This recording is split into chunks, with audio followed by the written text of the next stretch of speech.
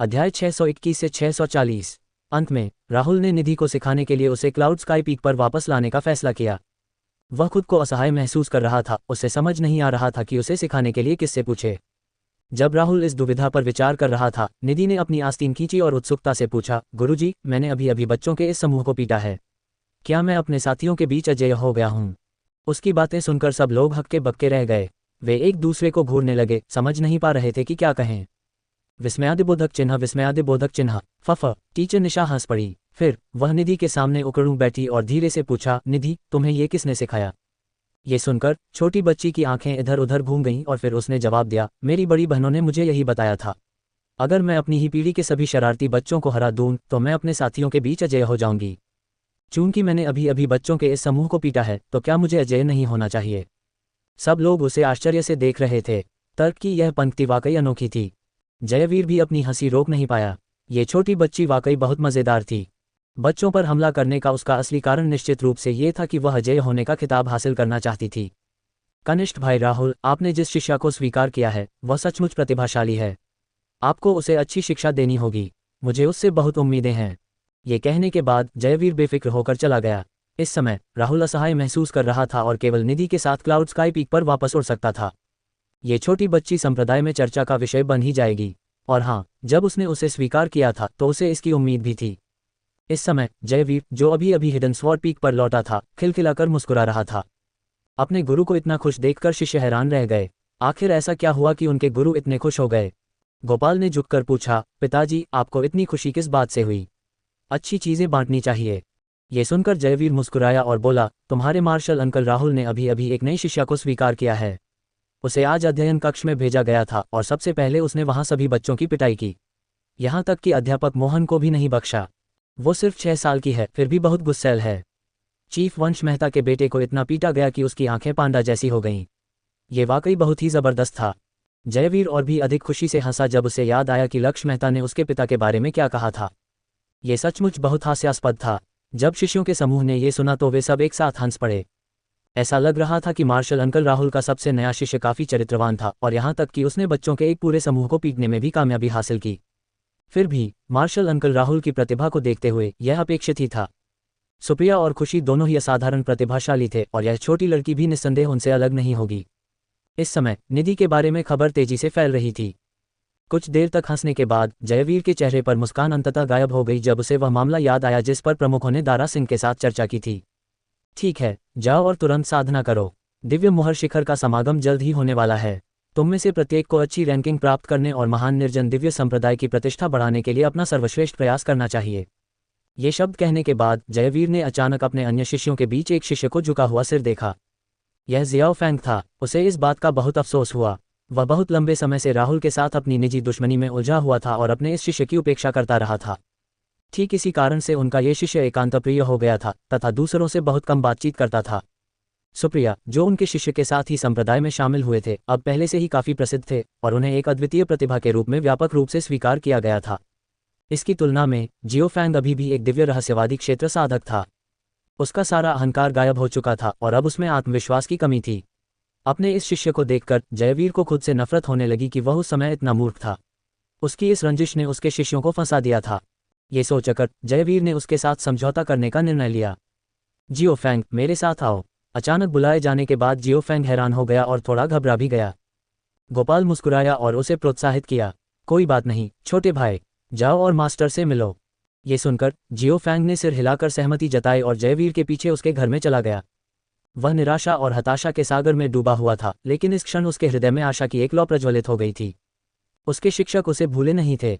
जब वह घबराकर निवास में दाखिल हुआ तो उसने देखा कि जयवीर पहले से ही बैठ गया था और चुपचाप उसका इंतजार कर रहा था।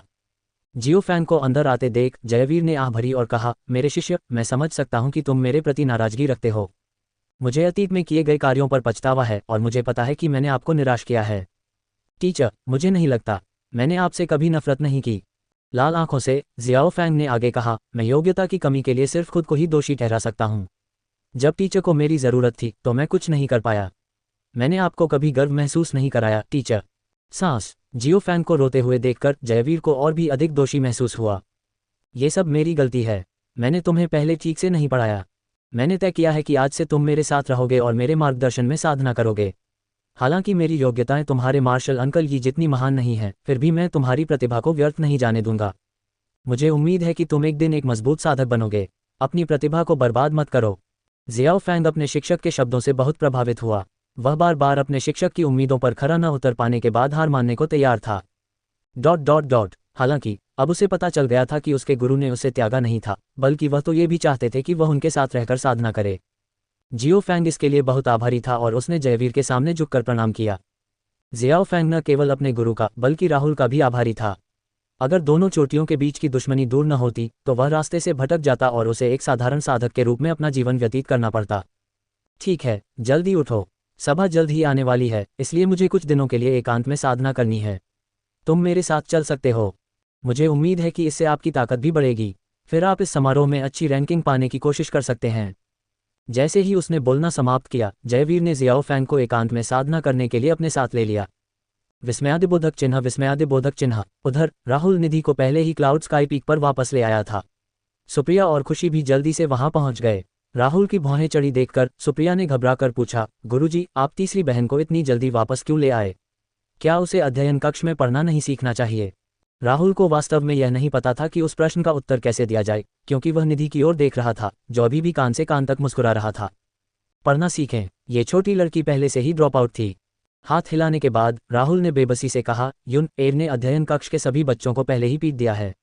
उसने अध्यापक मोहन को भी पीटा है, इसलिए उसे वापस भेज दिया गया है। ओह, ये सुनकर सुप्रिया और खुशी भी बहुत असहाय थे। अध्ययन कक्ष में भेजने से पहले सुप्रिया ने निधि को स्पष्ट रूप से चेतावनी दी थी कि वह परेशानी पैदा न करे, लेकिन ऐसा लग रहा था कि उसकी चेतावनी अनसुनी कर दी गई थी। इस समय खुशी नीचे बैठ गई और पूछा, तीसरी बहन, आपने आते ही सबको क्यों पीटा? उन्होंने इसके लिए कहा था, निधि ने गंभीरता से जवाब दिया, दरअसल वे चाहते थे कि मैं उनका अधीनस्थ बनूं। ऐसा कभी नहीं होगा। मैंने तो उसे ज्यादा जोर से भी नहीं पीटा। ये कहने के बाद उसने खुशी की ओर देखा और बहुत खुश होकर पूछा, दूसरी बहन, मैंने अध्ययन कक्ष में अपने सभी साथियों को पहले ही हरा दिया है। क्या मैं अपने साथियों के बीच अजेय हो गई हूँ? ओह, वे समझ नहीं पा रहे थे कि क्या कहें। उस बूढ़े ने सचमुच निधि को गुमराह कर दिया था। उसे ऐसी बातें क्यों बतानी पड़ीं? अब वह अपने साथियों से दोस्ती करने की बजाय उन्हें पीटना पसंद करेगी। गुरुजी, हमें इस मामले से कैसे निपटना चाहिए? सुप्रिया ने चिंतित होकर पूछा। आखिर ये बहुत जरूरी मामला था। अगर निधि शब्दों को भी नहीं पहचान सकती तो वो साधना कैसे कर पाती? राहुल ने बेबसी से कंधे उचका दिए। आंखें घुमाने के बाद उसने कहा, और कोई रास्ता नहीं है। चूंकि उसने पढ़ाई छोड़ दी है, इसलिए हमें उसकी पढ़ाई की जिम्मेदारी लेनी होगी। हालांकि कोई जल्दी नहीं है। आखिरकार वह अभी भी जवान है और उसे अभी दैवीय शक्तियों का इस्तेमाल करना सीखने की जरूरत नहीं है। मैं उसे पढ़ना सिखाने की जिम्मेदारी तुम दोनों पर छोड़ता हूँ। अगर तुम उसे सचमुच नहीं सिखा सकते तो मैं पहले उसे अपने शरीर को प्रशिक्षित करना सिखाऊंगा। ये सुनकर दोनों सहमत हो गए। दरअसल अगर कोई पढ़ना नहीं भी जानता हो तो भी वह अपने शरीर को प्रशिक्षित कर सकता है।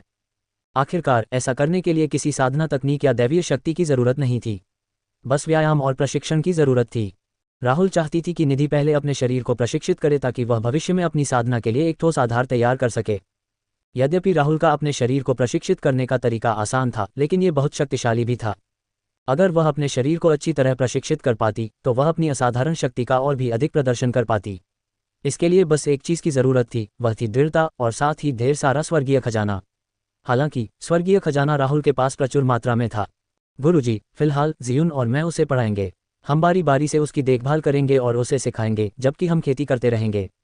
राहुल ने सिर हिलाया। ठीक है, तो फिर मैं इसे तुम लोगों पर छोड़ता हूँ। मुझे कुछ दिनों के लिए एकांत साधना में लगना होगा। मेरे जाने के बाद हम बाकी बातों पर चर्चा करेंगे। जैसे ही उन्होंने बोलना समाप्त किया, उनके शिष्य चले गए और राहुल अपने साधना कक्ष में प्रवेश कर गया। जब से उन्होंने क्लाउड स्काई पीक पर जल में एक फल का वृक्ष लगाया है, तब से यहाँ आध्यात्मिक ऊर्जा अधिक केंद्रित हो गई है, जो यहाँ साधना करने वाले किसी भी व्यक्ति के लिए वरदान है।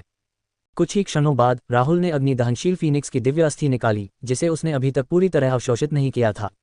चूंकि उसमें अभी भी शक्ति थी, इसलिए वह एकांत में रहते हुए उसे पूरी तरह अवशोषित करना चाहता था। जहां तक अमर स्वर्गीय खजाने की बात है, राहुल अभी उसे परिष्कृत करने के लिए तैयार नहीं था। वह पहले सर्वोच्च लोक के शिखर तक पहुंचने तक इंतजार करना चाहता था, तब वह प्राचीन लोक में आसानी से प्रवेश कर सकेगा।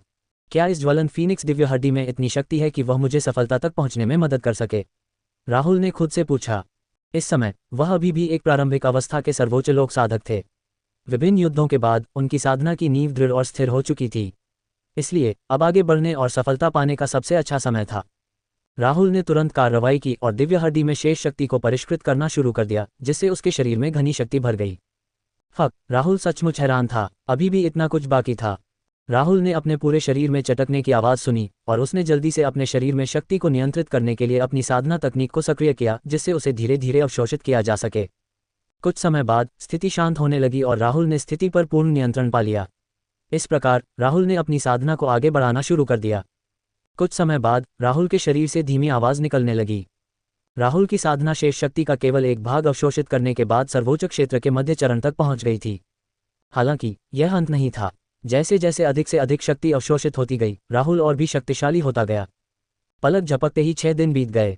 इस समय राहुल का पूरा शरीर सुनहरी रोशनी बिखेर रहा था और अगर कोई ध्यान से देखे तो उसे पता चलेगा कि उसके शरीर के चारों ओर कई रहस्यमयी रून तैर रहे थे।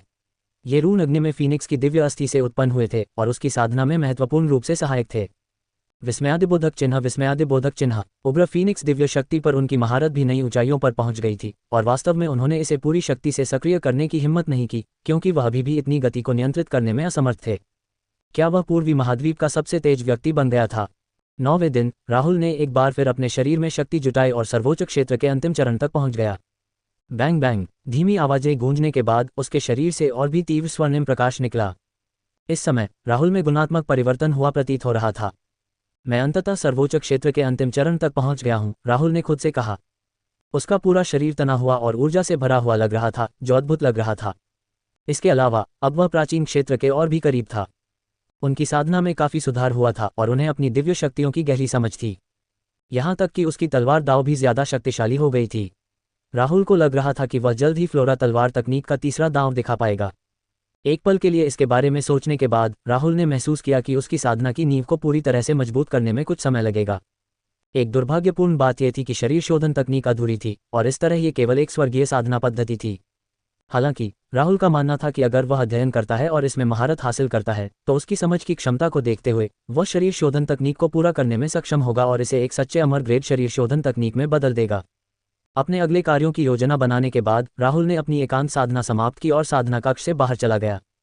जब वह ऐसा कर रहा था तो उसे क्लाउड स्काई पीक के बगीचे में एक स्थिति का सामना करना पड़ा।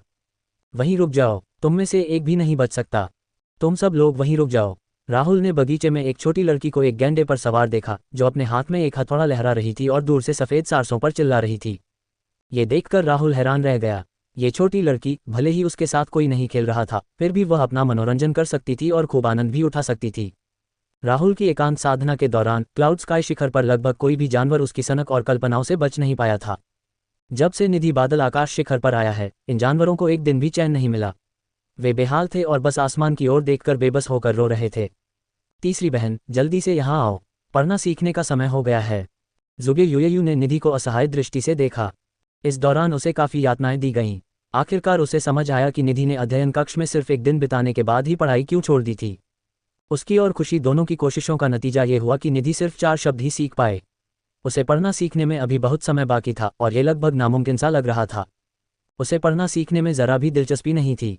जब भी वो खाली होती, इन विदेशी जानवरों के पीछे भागती और उनके साथ खेलती या दूसरे बच्चों को पीटती। इस प्रकार ये 9 दिन सुप्रिया और खुशी के लिए बेहद निराशाजनक थे।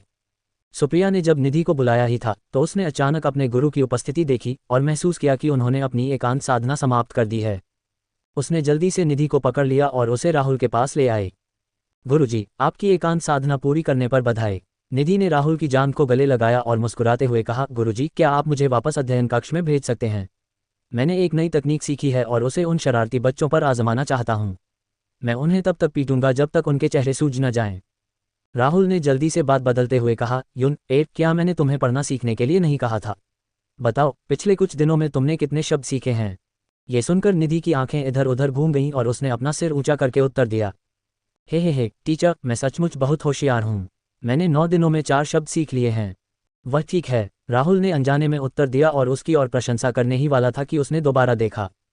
ओह, केवल 4 शब्द? राहुल हक्का बक्का रह गया। 9 दिन में 4 शब्द? वह कई मायनों में आश्चर्यजनक रूप से अनोखी थी। ऐसा लग रहा था कि उसे पढ़ना सिखाना एक असंभव काम था। तुमने 9 दिनों में सिर्फ 4 शब्द ही सीखे। क्या तुम्हें यकीन है कि तुम मुझसे झूठ नहीं बोल रहे हो? राहुल ने अविश्वास से पूछा। हालांकि निधि ने उसकी उम्मीदों पर पानी फेर दिया जब उसने गर्व से जवाब दिया, बिल्कुल, मैं झूठ नहीं बोल रही। गुरुजी, क्या मैं कमाल नहीं कर रही? मैंने 4 शब्द सीख लिए। राहुल को समझ नहीं आ रहा था कि हंसे या रोए। वह इस समस्या का समाधान कैसे करेगा? किसी भी स्थिति में ऐसा प्रतीत होता है कि विवेकपूर्ण कार्यवाही यही होगी कि उसे पहले अपने शरीर को प्रशिक्षित करना सिखाया जाए। तभी सुप्रिया वहां आए और बेबसी से बोले, गुरुजी, मैंने अपनी तरफ से पूरी कोशिश की है, लेकिन तीसरी बहन को इससे बहुत परेशानी हो रही है। जब भी मैं मुड़ता हूं, वो अपनी पढ़ाई छोड़कर भाग जाती है। सुप्रिया की असहाय अभिव्यक्ति को देखकर राहुल को समझ नहीं आया कि क्या करे। एक क्षण के बाद राहुल को एहसास हुआ कि खुशी गायब है, इसलिए उसने पूछा, जियुन कहाँ गई? शियांग ने खुशी से कहा, गुरुजी, बड़ी बहन शियायुन ने भी आपकी तरह एकांत साधना में प्रवेश किया है। ऐसा लगता है जैसे मैंने उन्हें आखिरी बार देखे हुए बहुत समय हो गया हो। मुझे आश्चर्य है कि क्या वह भी सो गई होंगी। विस्मयादिबोधक चिन्ह, विस्मयादिबोधक चिन्ह। जैसे ही उसने ये शब्द सुने, सुप्रिया ने उसके सिर पर जोरदार तमाचा मारा, जिससे वह बहुत दुखी हो गई। कुछ गलत बोला? बड़ी बहन ने मुझे क्यों पीटा? गुरुजी, जियुन को आगे बढ़ने का अवसर महसूस हुआ, इसलिए उसने एकांत साधना में प्रवेश किया। अगर सब कुछ ठीक रहा तो वह जल्द ही शून्य क्षेत्र में पहुंच जाएगी, सुप्रिया ने कहा। राहुल ने स्वीकृति में सिर हिलाया। खुशी कुछ समय पहले ही भौतिकीकरण के शिखर पर पहुंच चुका था, इसलिए यह अपेक्षित ही था। ये सोचते हुए राहुल ने सुप्रिया की ओर देखा और कहा, युयुए, तुमने इस समय में कड़ी मेहनत की है। तुम्हें अपने समय का सर्वोत्तम उपयोग साधना में भी करना चाहिए। जल्द ही सभा आने वाली है, इसलिए युन प्र का ध्यान मुझे रखने दो। तुम्हें इस बारे में चिंता करने की जरूरत नहीं है। ये सुनकर सुप्रिया को राहत मिली। वह वास्तव में अपनी साधना पर ध्यान केंद्रित करना चाहती थी, लेकिन चूंकि उसे चिंता थी कि शियांग युन परेशानी खड़ी कर देगा, इसलिए उसने एकांत साधना में जाने से परहेज किया था। ठीक है गुरुजी, मैं जाकर एकांत में साधना करूंगा। फिर वह निधि की ओर मुड़ी और बोली, तीसरी बहन, इतनी शरारती मत बनो। तुम्हें अपनी शिक्षिका की बात माननी होगी और गंभीरता से प्रशिक्षण लेना होगा, समझी? निधि ने शिष्टाचारवश बस सिर हिला दिया। कौन जाने उसके छोटे से दिमाग में क्या चल रहा था। जैसे ही सुप्रिया मुड़कर जाने ही वाली थी, उसे कुछ याद आया और उसने जल्दी से कहा, गुरुजी, मैं तो लगभग भूल ही गई थी। वीरेंद्र पहले ही आ गया था और आपके द्वारा मांगी गई जड़ी बूटियां दे गया था। उसने एक भंडारण थैली निकाली और उसे राहुल को सौंप दिया। नीलामी से प्राप्त धनराशि भी इसमें शामिल है। जड़ी बूटियों की खरीद का खर्च कुल राशि से पहले ही काट लिया गया है। राहुल बहुत खुश हुआ। इतने लंबे समय के बाद जिन औषधीय जड़ी बूटियों का वह इंतजार कर रहा था, वे आखिरकार आ ही गईं। थैली पकड़े हुए राहुल ने अपनी आध्यात्मिक समझ से उसके अंदर सोने की मात्रा गिन ली। अंदर लगभग 20 करोड़ टैल गहरा सोना था, जो एक भयानक राशि थी। यदि वह ये धनराशि अपने शिष्यों को दे दे तो बदले में उसे कितनी राशि मिलेगी? वह रहस्यवादी दुनिया में एक टाइकून बन जाएगा। हाँ, यह एहसास अद्भुत था। फिर राहुल ने जड़ी बूटियों को गिना, जिसके बाद वह मुस्कुराया। इन औषधीय जड़ी बूटियों की मदद से चीजें बहुत आसानी से हो रही हैं। राहुल ने निधि को देखा और बहुत उत्साहित हो गया। अब इस छोटी बच्ची को उसके शरीर को निखारने में मदद करने का समय आ गया था। मूलतः राहुल इन जड़ी बूटियों का उपयोग अपने शिष्यों को कीमिया सिखाने के लिए करना चाहता था, लेकिन उसने इतने युवा नए शिष्य को लेने की उम्मीद नहीं की थी। इसलिए अब उन्होंने उस पर इन औषधीय जड़ी बूटियों का उपयोग करने का निर्णय लिया था। किसी भी हालत में वह इस प्रक्रिया के जरिए भी सिस्टम से इनाम हासिल कर सकेगा। वह बगीचे में गया और अपने भंडार से असीम कड़ाही निकाली। कुछ जड़ी बूटियों को ध्यान से चुनने के बाद राहुल ने उन्हें एक निश्चित क्रम के अनुसार एक एक करके असीम कड़ाही में डाल दिया। मिश्रण में एक निश्चित मात्रा में आध्यात्मिक द्रव डालने के बाद राहुल ने अपनी आध्यात्मिक शक्ति से ढक्कन बंद कर दिया। जैसे ही राहुल ने अपनी आध्यात्मिक शक्ति से कड़ाही में द्रव डाला, उसका तापमान काफी बढ़ गया। सुप्रिया उलझन भरे चेहरे के साथ यह सब देख रही थी। उसे समझ नहीं आ रहा था कि उसकी शिक्षिका क्या कर रही है। हालांकि जब वह पलटी तो उसने देखा कि निधि भागने की कोशिश कर रही थी, और उसने जल्दी से उसे पकड़ लिया और उसे राहुल के पास ले आए। जैसे ही राहुल ने असीम कड़ाई में आध्यात्मिक शक्ति का संचार विनियमित किया, इसके अंदर की औषधीय जड़ी बूटियां परिष्कृत होने लगीं और आध्यात्मिक तरल में विलीन हो गईं। उबलते हुए आध्यात्मिक तरल को चारों ओर घूमते देखना थोड़ा डरावना था और निधि का चेहरा पहले ही पीला पड़ चुका था। राहुल ने बिना सोचे समझे कहा, युन, अब तुम अंदर आ सकते हो। निधि हक्की बक्की रह गई और उसके चेहरे पर पसीने की बड़ी बड़ी बूंदें टपकने लगीं। टीचर, मुझे माफ करना। अब से मैं आपकी बात मानूंगा और शरारत नहीं करूंगा। प्लीज मुझे पकाकर मत खाना, ठीक है? वह पहले से ही बुरी तरह डर गई थी और उसने राहुल को गले लगा लिया और बहुत दयनीय लग रही थी। वह रो पड़ी। राहुल को यह सुनकर बहुत मजा आया। इस छोटी बच्ची को सचमुच डर शब्द का मतलब पता था। फिर उसने बेपरवाही से कहा, क्या तुम अपने साथियों के बीच अजेय नहीं बनना चाहते? यह मिश्रण तुम्हें और मजबूत बनाएगा। मैं तुम्हें पकाकर नहीं खाऊंगा। आपको बस अंदर बैठकर जड़ी बूटियों और आध्यात्मिक द्रव्य की औषधीय शक्ति से अपने शरीर को निखारने देना है। इसके बाद आप निश्चित रूप से और भी मजबूत हो जाएंगे। ये सुनने के बाद निधि ने अपने आंसू पोंछे, लेकिन फिर भी सावधानी से पूछा, गुरुजी, क्या आप सच में मुझसे झूठ नहीं बोल रहे हैं? बिल्कुल नहीं, मैं कभी झूठ नहीं बोलता, राहुल ने मुस्कुराते हुए कहा। आज मैं तुम्हें शरीर निखारने की एक अनोखी तकनीक सिखाने जा रहा हूँ। अगर तुम इसमें निपुणता हासिल कर लो तो तुम अपने साथियों के बीच अजेय हो जाओगे। कैसा रहेगा? अगर राहुल के खत्म होने का इंतजार किए बिना निधि तुरंत असीम कड़ाही में कूद गया, जिसके बाद एक चीखने जैसी आवाज सुनाई दी। आओ, यह मुझे जलाकर मार रहा है। राहुल हक्का बक्का रह गया। क्या वह सचमुच अपने साथियों के बीच अजेय बनने पर अड़ी हुई थी? वह बिना सोचे समझे सीधे इसमें कूद पड़ी। गुरुजी, जल्दी से मुझे बताओ कि औषधीय प्रभाव कैसे अवशोषित किया जाए। यहाँ बहुत गर्मी है। हालांकि राहुल ने तुरंत जवाब नहीं दिया। इसके बजाय वह असीम कड़ाही में घूमकर औषधीय घोल की जांच करने लगा। ऐसा लग रहा था कि यह घोल काम कर रहा था और लगातार निधि के शरीर पर असर डाल रहा था। चिंतित मत होइए, अपने शरीर को आराम की स्थिति में रखें। औषधीय घोल के प्रभावों को महसूस करने के लिए अपने दिल को शांत रखें और फिर उन्हें अपने शरीर में अवशोषित करें। इतना कहने के बाद राहुल ने निधि की हालत पर कड़ी नजर रखी। अगर उसे कुछ भी गड़बड़ लगती तो वह उसे तुरंत कड़ाही से बाहर निकाल लेता। विस्मयादिबोधक चिन्ह, विस्मयादिबोधक चिन्ह। चूंकि यह उसके लिए अपने शरीर को निखारने का पहला अवसर था, इसलिए उसने घोल को बहुत गाढ़ा नहीं बनाया, क्योंकि किसी भी अच्छी चीज की अधिकता बुरी बात होती है। राहुल के निर्देश सुनने के बाद निधि ने अपने शरीर और मन को शांत किया। उसने अपनी आंखें बंद कर लीं और औषधीय प्रभावों को महसूस करने की कोशिश की। हालांकि घोल अभी भी काफी तीखा था और उसे काफी दर्द भी हुआ। इसके बावजूद उसने सहन करने की ठान ली ताकि वह अपने साथियों के बीच अजेय बन सके। राहुल उसकी दृढ़ता की प्रशंसा करता था। यह एक ऐसा गुण था जो हर शक्तिशाली विशेषज्ञ में होना ही चाहिए। कुछ समय बीतने के बाद निधि ने अपनी आंखें खोलीं और उसके शरीर से हिंसक शक्ति निकल पड़ी।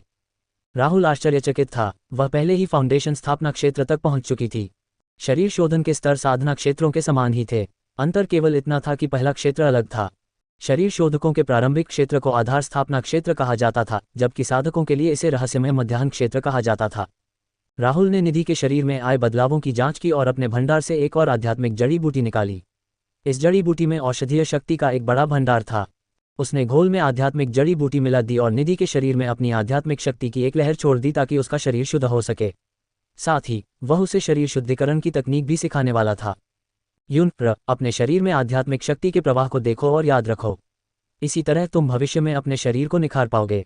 निधि ने सिर हिलाकर इशारा किया कि वह समझ गई है।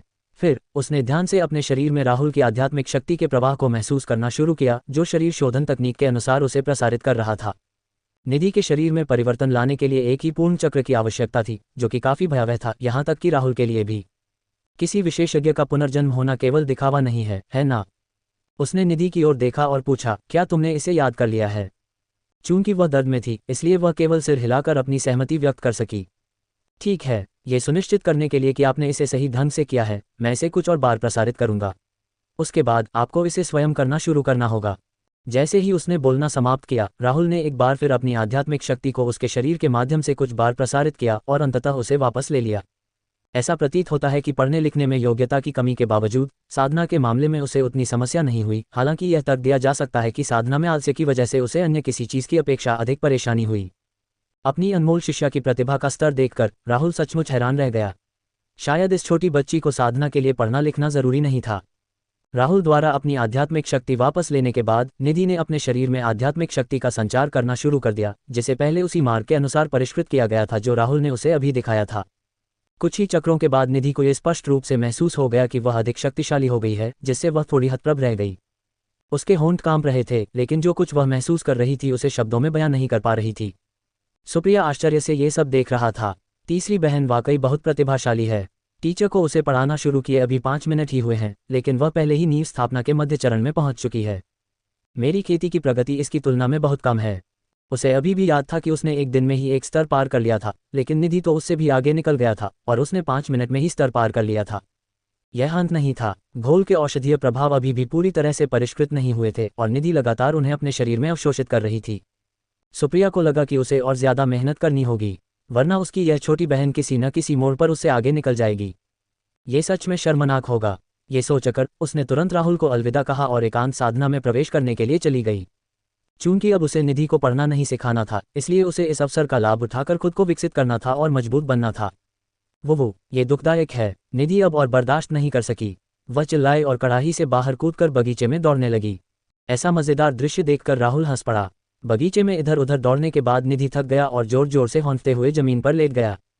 राहुल उसके बगल में बैठ गया और ध्यान से उसकी जांच की। उसने पाया कि उसकी साधना नींव स्थापना क्षेत्र के मध्य चरण में स्थिर हो गई थी। ऐसा लग रहा था कि निधि शरीर को निखारने में बहुत माहिर थी। अगर उसे भविष्य में और भी कीमती आध्यात्मिक जड़ी बूटियां ग्रहण करने का मौका मिले तो क्या वह और भी तेजी से आगे नहीं बढ़ेगी। राहुल इसकी प्रतीक्षा कर रहा था। इस बीच उसने अपने शिक्षक की ओर देखा और प्रसन्नतापूर्वक मुस्कुराए। गुरुजी, क्या अब मुझे अपने साथियों के बीच अजेय माना जा सकता है? राहुल ने जवाब में कंधे उचका दिए।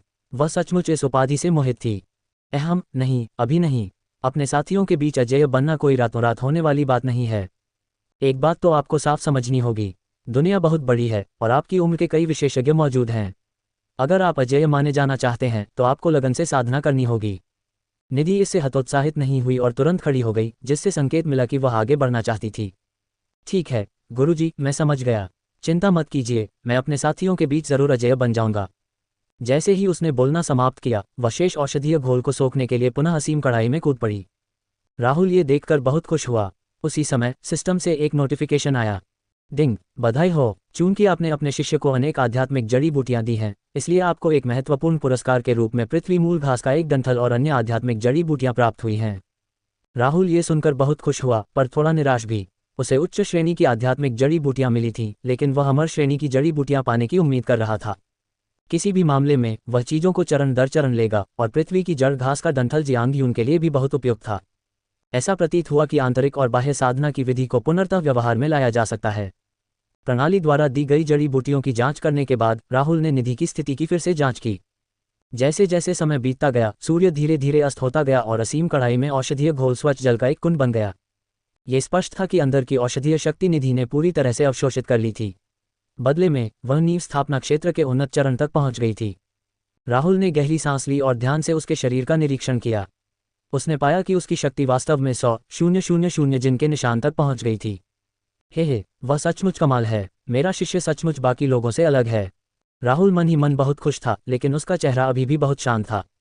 ठीक है, अब तुम्हें इसमें डूबने की जरूरत नहीं है। ये सुनकर निधि असीम कड़ाही से बाहर आया। हालांकि जब वह कड़ाही से बाहर निकली तो वह अपनी ताकत को नियंत्रित करने में असफल रही और जमीन पर गिर गई। वाह, मैं इतना मजबूत कब हो गया। जैसे ही उसने बोलना खत्म किया, उसने अपने शरीर की स्थिति परखने के लिए कुछ घूंसे मारे। उसके घूंसे से तेज हवा के झोंके उठे और पास ही एक बड़ी चट्टान चकनाचूर हो गई। ये देखकर वह अचंभित रह गई और तुरंत ही अपनी वर्तमान ताकत के साथ तालमेल बिठाने के लिए अपने शरीर को खींचने और हिलाने लगी। उसने उत्साह से राहुल के पैर को गले लगाया और मुस्कुराते हुए कहा, गुरुजी, मैं कमाल की हूँ। अब मैं अपने साथियों के बीच अजेय हो गई हूँ, है ना? मुझे 100% विश्वास है कि अगर मैं उस छोटे बदमाश लक्ष्य मेहता से दोबारा लड़ूंगा तो उसे एक ही थप्पड़ से धूल चटा दूंगा। हे टीचर, आप मुझे उसके पास क्यों नहीं ले आते? मैं उसे एक बार मुक्का मारूंगा और फिर बार बार तब तक मारूंगा जब तक वो गायब न हो जाए। राहुल ने आह भरी। उसने सीधे चेहरे से कहा, यूनर, तुम्हें ऐसा करने की इजाजत नहीं है। तुम और लक्ष्य मेहता दोनों महान वन्य क्षेत्र दिव्य संप्रदाय के सहशिष्य हो।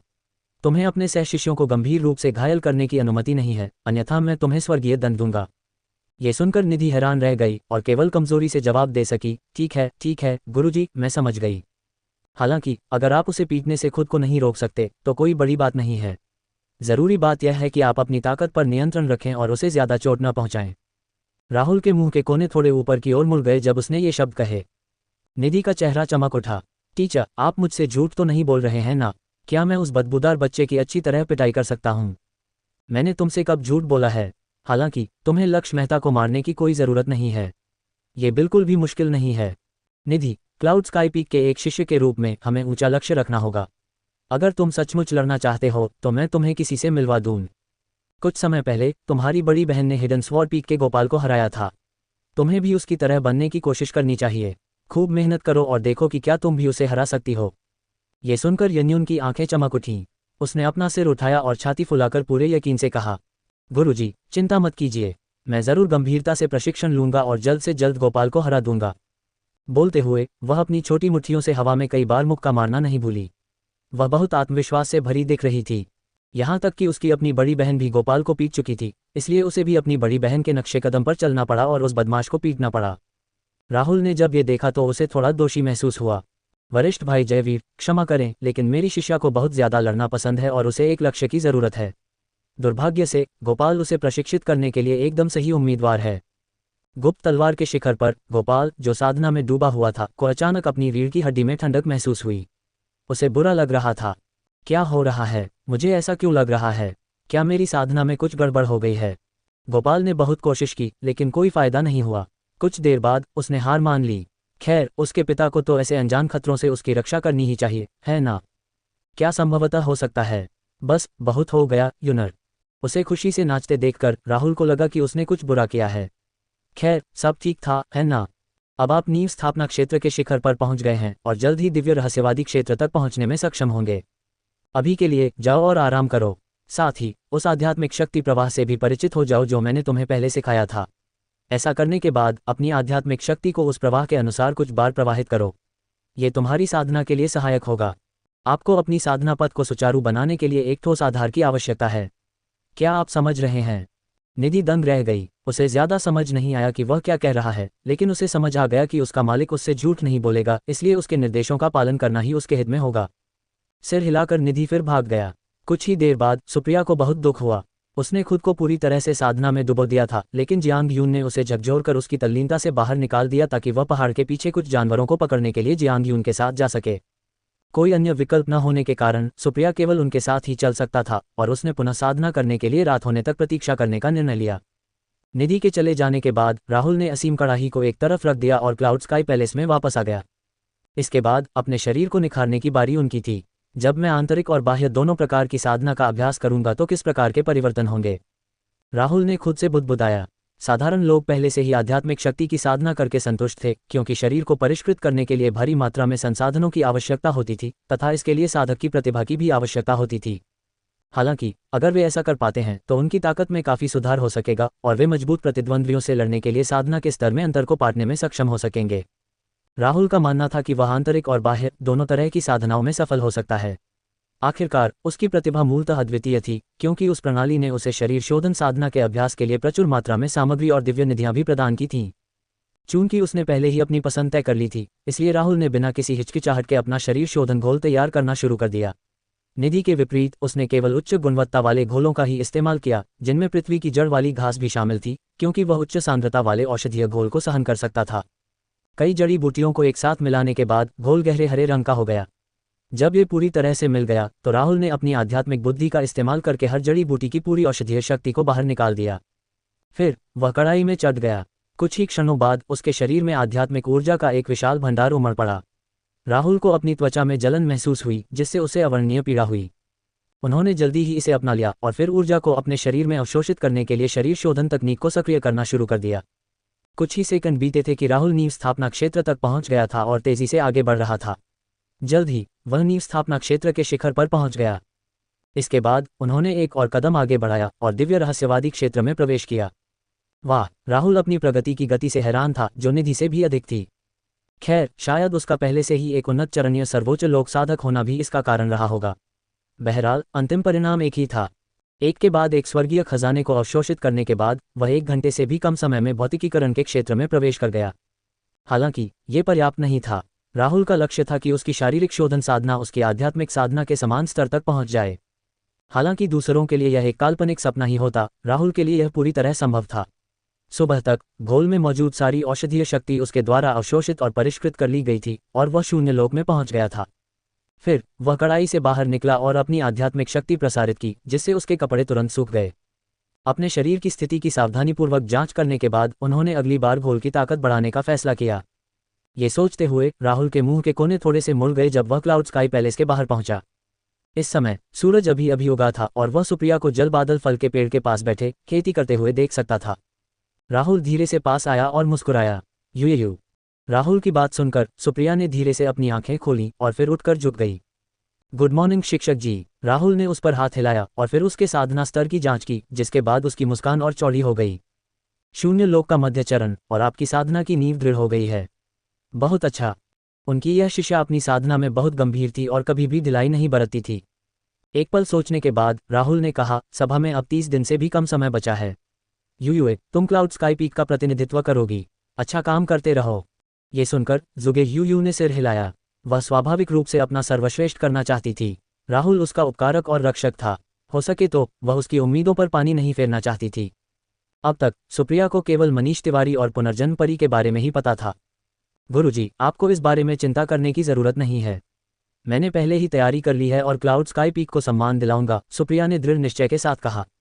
उसके आत्मविश्वास भरे भाव को देखकर राहुल ने उसके सिर पर थपथपाया और सावधानीपूर्वक उन पत्तियों को हटाया जो खेती करते समय उसके सिर पर गिर गई थीं।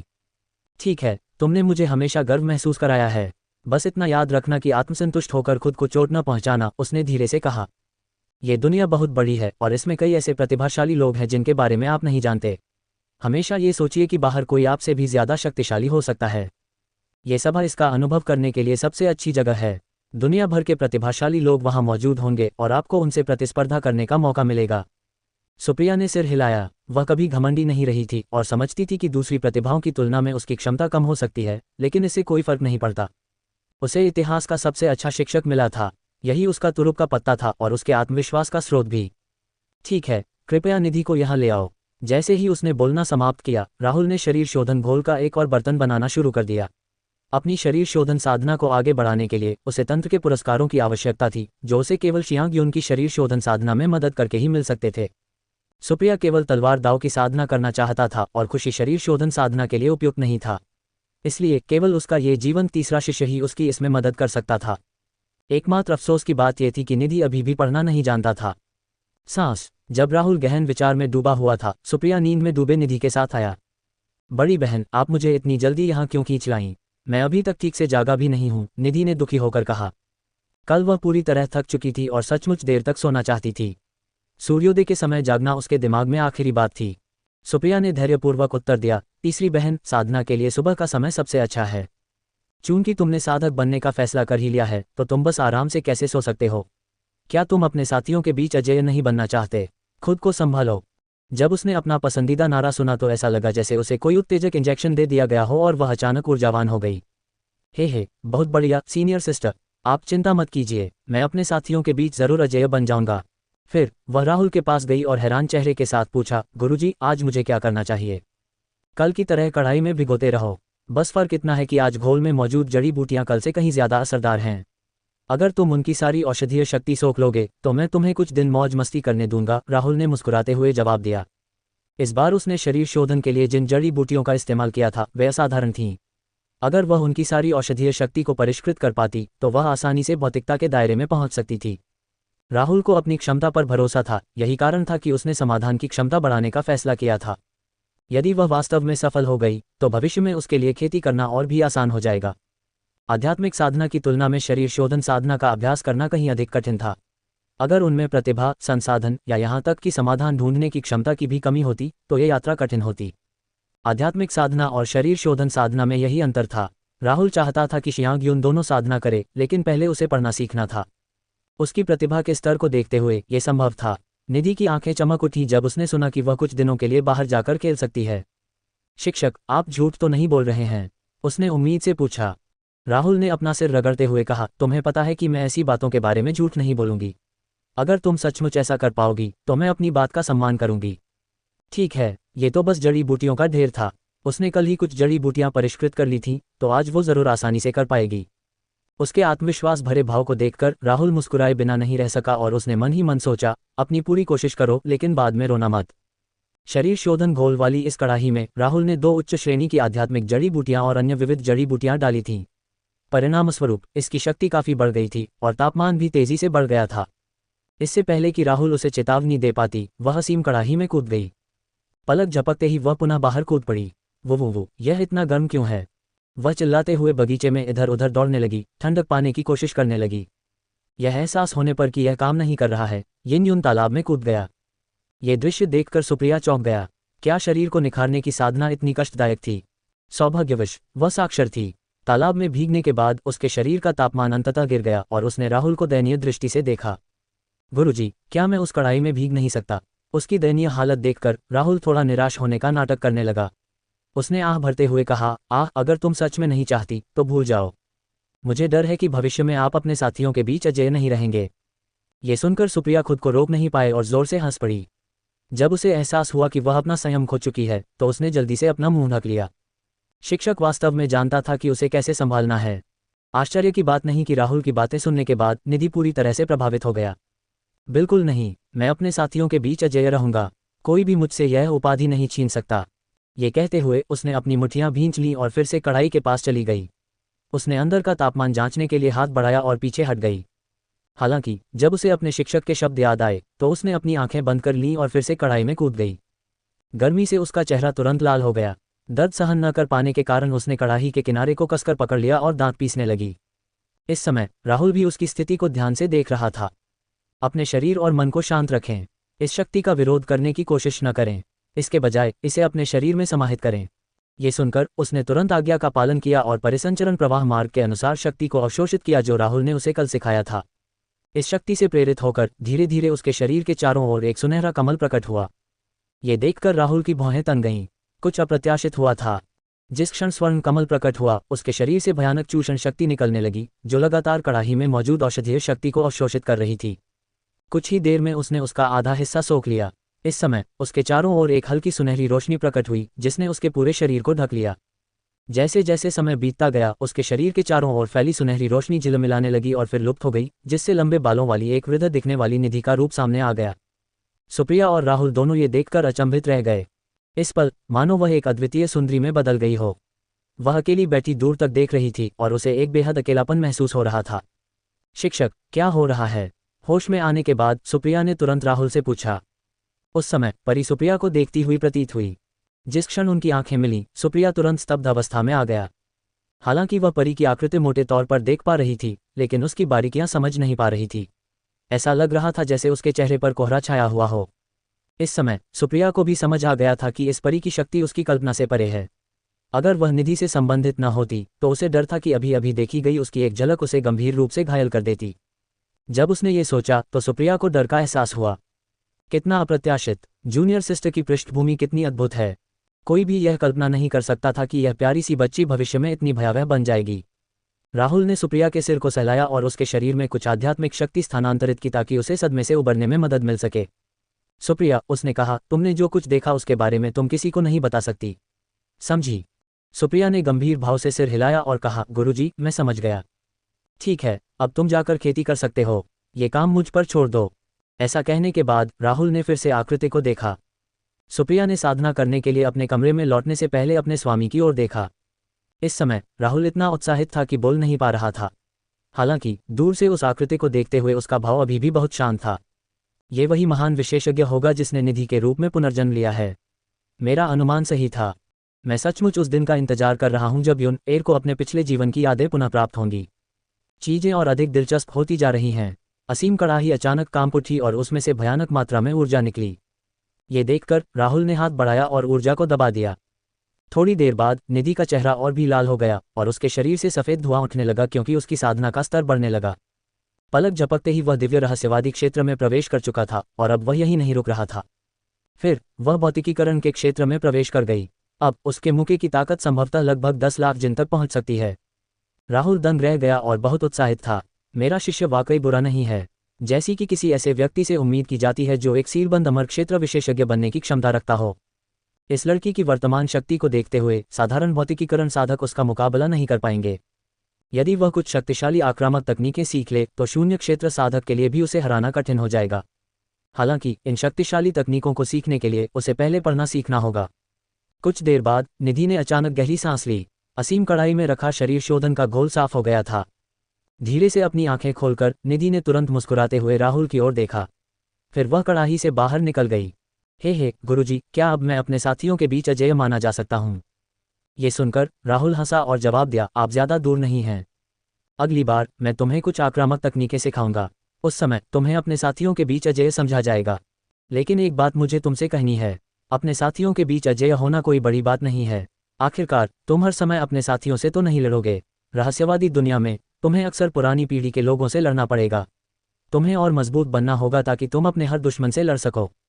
यही कारण है कि अब आपको कड़ी मेहनत करनी होगी। निधि उसकी बातें सुनकर दंग रह गई। उसने अपना सिर नीचे कर लिया और सोचने लगी मानो यह कोई जिंदगी बदल देने वाला रहस्योद्घाटन हो। क्या मुझे न केवल अपने साथियों के बीच बल्कि दुनिया में भी अजेय बनना चाहिए? उसकी आंखें चमक उठीं और वह खुद से बुदबुदाए। यही उसका नया जीवन लक्ष्य था। ठीक है, मैं अजेय हो जाऊंगी और अपने सभी दुश्मनों को हरा दूंगी, उसने अपनी छोटी मुट्ठी भींची और गंभीरता से कहा। यह दृश्य देखकर राहुल संतुष्ट था। सौभाग्य से ये छोटी बच्ची अभी छोटी थी। जब वह बड़ी हो जाएगी और भी चीजें अनुभव कर लेगी तो उसे धोखा देना असंभव होगा। आज के लिए बस इतना ही। अपने कमरे में जाकर आराम करो। अगर कुछ और हो तो हम कल बात कर सकते हैं, राहुल ने एक पल सोचने के बाद कहा। अनजाने में ही सूर्य अस्त होने वाला था। कुल मिलाकर आज का दिन काफी संतोषजनक रहा। ठीक है गुरुजी, अलविदा। जैसे ही उसने अपनी बात खत्म की, निधि हवा की तरह भाग गई। दौड़ते हुए उसे लगा जैसे उसे कुछ याद आ गया हो और वह एक पल के लिए रुकी, फिर पहाड़ के पिछले हिस्से की ओर भागी। वहां रहने वाले जानवरों को संभवतः फिर से कष्ट सहना पड़ेगा। अब जबकि शियांग यून की साधना अच्छी तरह शुरू हो गई है, तो कल से अन्य 2 शिष्यों को रसायन विद्या सिखाने का समय आ गया है। कुछ देर सोचने के बाद राहुल ने क्लाउड स्काई पैलेस में लौटने से पहले असीम कड़ाही को अपने भंडारण स्थान में वापस रख दिया। इस समय सूरज धीरे धीरे पश्चिम में डूब रहा था और गर्म और आरामदायक सूरज पूरे क्लाउड स्काई शिखर पर चमक रहा था। हालांकि इस खूबसूरत दृश्य के बीच एक छोटी लड़की इधर उधर दौड़ रही थी, जानवरों का पीछा कर रही थी और उन्हें डराकर उछलने पर मजबूर कर रही थी। डॉट डॉट उसी समय सिस्टम की अधिसूचना बज उठी। डिंग, चूंकि आपने अपने शिष्य को कई उच्च श्रेणी की जड़ी बूटियां दी हैं, इसलिए आपको फोर्टिनिया घास का एक डंठल और बहुमूल्य आध्यात्मिक जड़ी बूटियों का एक भाग प्राप्त हुआ है। बहुत बढ़िया, राहुल ने खुशी से मन ही मन बुदबुदाया। कल भी उसे यही शिकायत थी कि उसे जो जड़ी बूटियां मिलीं वे अच्छी नहीं थीं, लेकिन आज उसकी किस्मत बहुत अच्छी थी। ये प्रणाली वास्तव में एक धोखेबाजी जैसी अस्तित्व वाली थी। फोर्टिनिया घास की मदद से उसकी शरीर शोधन साधना फिर से महान प्रगति करने में सक्षम हो जाएगी और वह स्वर्ग क्षेत्र तक पहुंचने में सक्षम हो सकता है। ईमानदारी से कहें तो वह उस क्षण का बेसब्री से इंतजार कर रहा था जब वह शरीर शोधन साधना में सर्वोच्च क्षेत्र तक पहुंच जाएगा। उस समय आंतरिक और बाह्य दोनों साधना की शक्ति के साथ राहुल को मोहरबंद अमर क्षेत्र में प्रवेश करते समय संभवतः किसी बाधा का सामना नहीं करना पड़ेगा। ये सोचते हुए राहुल ने अपनी स्थिति की जानकारी पैनल को सामने लाया। मेजबान राहुल, साधना परम क्षेत्र आध्यात्मिक साधना शून्य क्षेत्र शरीर शोधन साधना। कौशल असीम पाम तकनीक उग्र फीनिक्स तकनीक फ्लोरा तलवार तकनीक। खजाने god sword cloud heaven sword rainbow rope boundless cauldron. उच्च श्रेणी का अमर कोषाध्यक्ष कैस इमोर्टल पीच X1। सिस्टम मूल्यांकन बहुत अच्छा, आपका स्कोर 99.9 है। होस्ट, आपने हाल ही में काफ़ी अच्छा विकास किया है। सिस्टम का मूल्यांकन देखकर राहुल का चेहरा तुरंत काला पड़ गया। क्या वह पहले भी इतना बुरा था? अब राहुल को अभी भी अपने शरीर को परिष्कृत करने की साधना के स्तर में सुधार करना था और फिर वह प्राचीन क्षेत्र में प्रवेश करने के लिए तैयार हो सकता था। हालांकि उसे दिव्य मोहर शिखर के समागम के समापन तक इंतजार करना होगा। केवल 30 दिन से भी कम समय बचा था और उसे अभी भी सर्वोच्च क्षेत्र के उन्नत चरण तक पहुंचना था। लंबे समय तक सोचने के बाद राहुल ने शरीर को शुद्ध करने वाला घोल बनाना शुरू किया और उसमें फोर्टिनिया घास मिला दी। जिस क्षण फोर्टिनिया घास को घोल में मिलाया गया, आध्यात्मिक ऊर्जा की एक भयानक मात्रा बाहर निकल आई जिसे राहुल ने तुरंत दबा दिया। यद्यपि इस समय घोल उबल रहा था, फिर भी उन्होंने कढ़ाई में प्रवेश करने में संकोच नहीं किया और ऊर्जा की तरंगें उनके शरीर में संचारित होकर अवशोषित हो गईं। अगली सुबह राहुल ने धीरे से अपनी आंखें खोलीं और एक अत्यंत भयानक आभा तुरंत बाहर आ गई। मैं अंततः स्वर्गलोक में पहुंच गया हूं। उसकी भविष्यवाणी सही साबित हुई। फोर्टिनिया घास का समावेश ही स्वर्गलोक तक पहुंचने के लिए उसकी सफलता के लिए काफी था। अब उसे अपनी शरीर शोधन साधना को आगे बढ़ाने के लिए और भी कीमती जड़ी बूटियां ढूंढकर प्राप्त करनी थीं। ऐसा कहा जा रहा है कि राहुल ने अभी तक अराजकता अमर आड़ू का उपयोग नहीं किया था। राहुल धीरे धीरे कड़ाई से बाहर निकला, अपनी आध्यात्मिक शक्ति को सक्रिय किया और तुरंत अपने कपड़े सुखा लिए। ये सब करने के बाद राहुल जल बादल फल के पेड़ के पास गया और कुछ जड़ी बूटियों को कुचल दिया जो उसके लिए उपयोगी नहीं थी, फिर उस तरल को उस पर छिड़क दिया। कुछ ही क्षणों बाद वृक्ष से एक चमकदार प्रकाश निकला और संपूर्ण बादल आकाश शिखर की आध्यात्मिक ऊर्जा सघन हो गई। सुप्रिया और खुशी, जो अभी भी अपनी साधना में लीन थे, ने भी ये देखा और वे उसी समय बाहर निकल गए। ये देखकर कि यह राहुल था, उन्होंने तुरंत उसका अभिवादन किया। गुड मॉर्निंग शिक्षक जी। डॉट डॉट डॉट ये कहकर सुप्रिया तुरंत निधि को जगाने गया। तीनों राहुल के सामने खड़े होकर चुपचाप उसके निर्देशों का इंतजार करने लगे। राहुल ने इस समय खुशी को देखा और फिर उसके चेहरे पर एक मुस्कान आ गई। तुम सचमुच शून्यता के दायरे में पहुंच गए हो। बहुत बढ़िया। उसने वास्तव में उस कीमती हड्डी का अच्छा उपयोग किया था जो उसने उसे दी थी। हालांकि जब कीमती हड्डी के भीतर शेष शक्ति समाप्त हो जाती तो उसकी साधना की गति धीमी हो जाती। जियोन, हाँ गुरुजी। राहुल ने शांति से अपने स्थानिक थैले से एक प्राचीन पुस्तक निकाली और उसे खुशी को सौंप दिया। मैंने पहले कहा था कि मैं तुम्हें गॉडसेबर का उपयोग करने की विधि सिखाऊंगा, इसलिए मैं इसे अब तुम्हें दे रहा हूं। ये प्राचीन पुस्तक प्रमुख रघुवीर को एक गुप्त क्षेत्र में प्राप्त हुई थी। यह एक स्वर्गीय दिव्य शक्ति है और इसका नाम लुप्त छाया है। एक बार जब आप इस दिव्य शक्ति में निपुण हो जाएंगे तो आप तुरंत अपने शत्रुओं के सामने प्रकट होकर उनके सिर काट सकेंगे। तुम्हारी प्रज्वलित शक्तिशाली ज्वालाओं की सहायता से तुम्हारा आक्रमण भयानक होगा।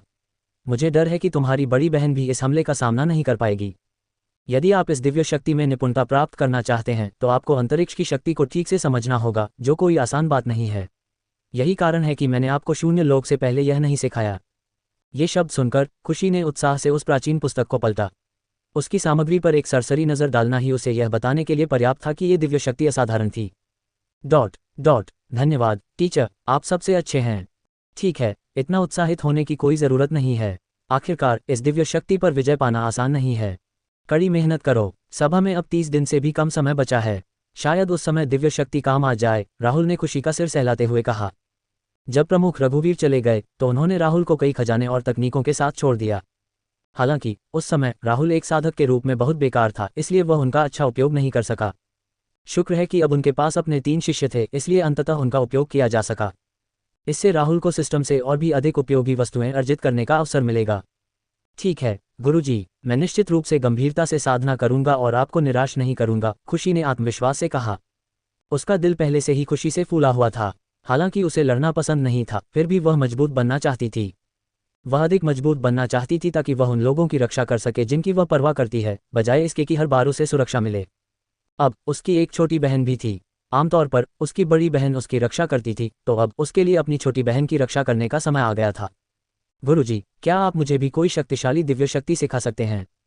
ये देखकर कि उसकी बड़ी बहन वास्तव में इतनी शक्तिशाली तकनीक सीख सकती है, जियांग यून भी पीछे नहीं रहना चाहती थी और उसने राहुल की जान को गले लगा लिया। उसकी आशा भरी और दयनीय आंखों को देखते हुए राहुल को थोड़ी शर्मिंदगी महसूस हुई और उसने कहा, खांसी यूनर, ऐसा नहीं है कि मैं तुम्हें ये तकनीकें नहीं सिखाना चाहता।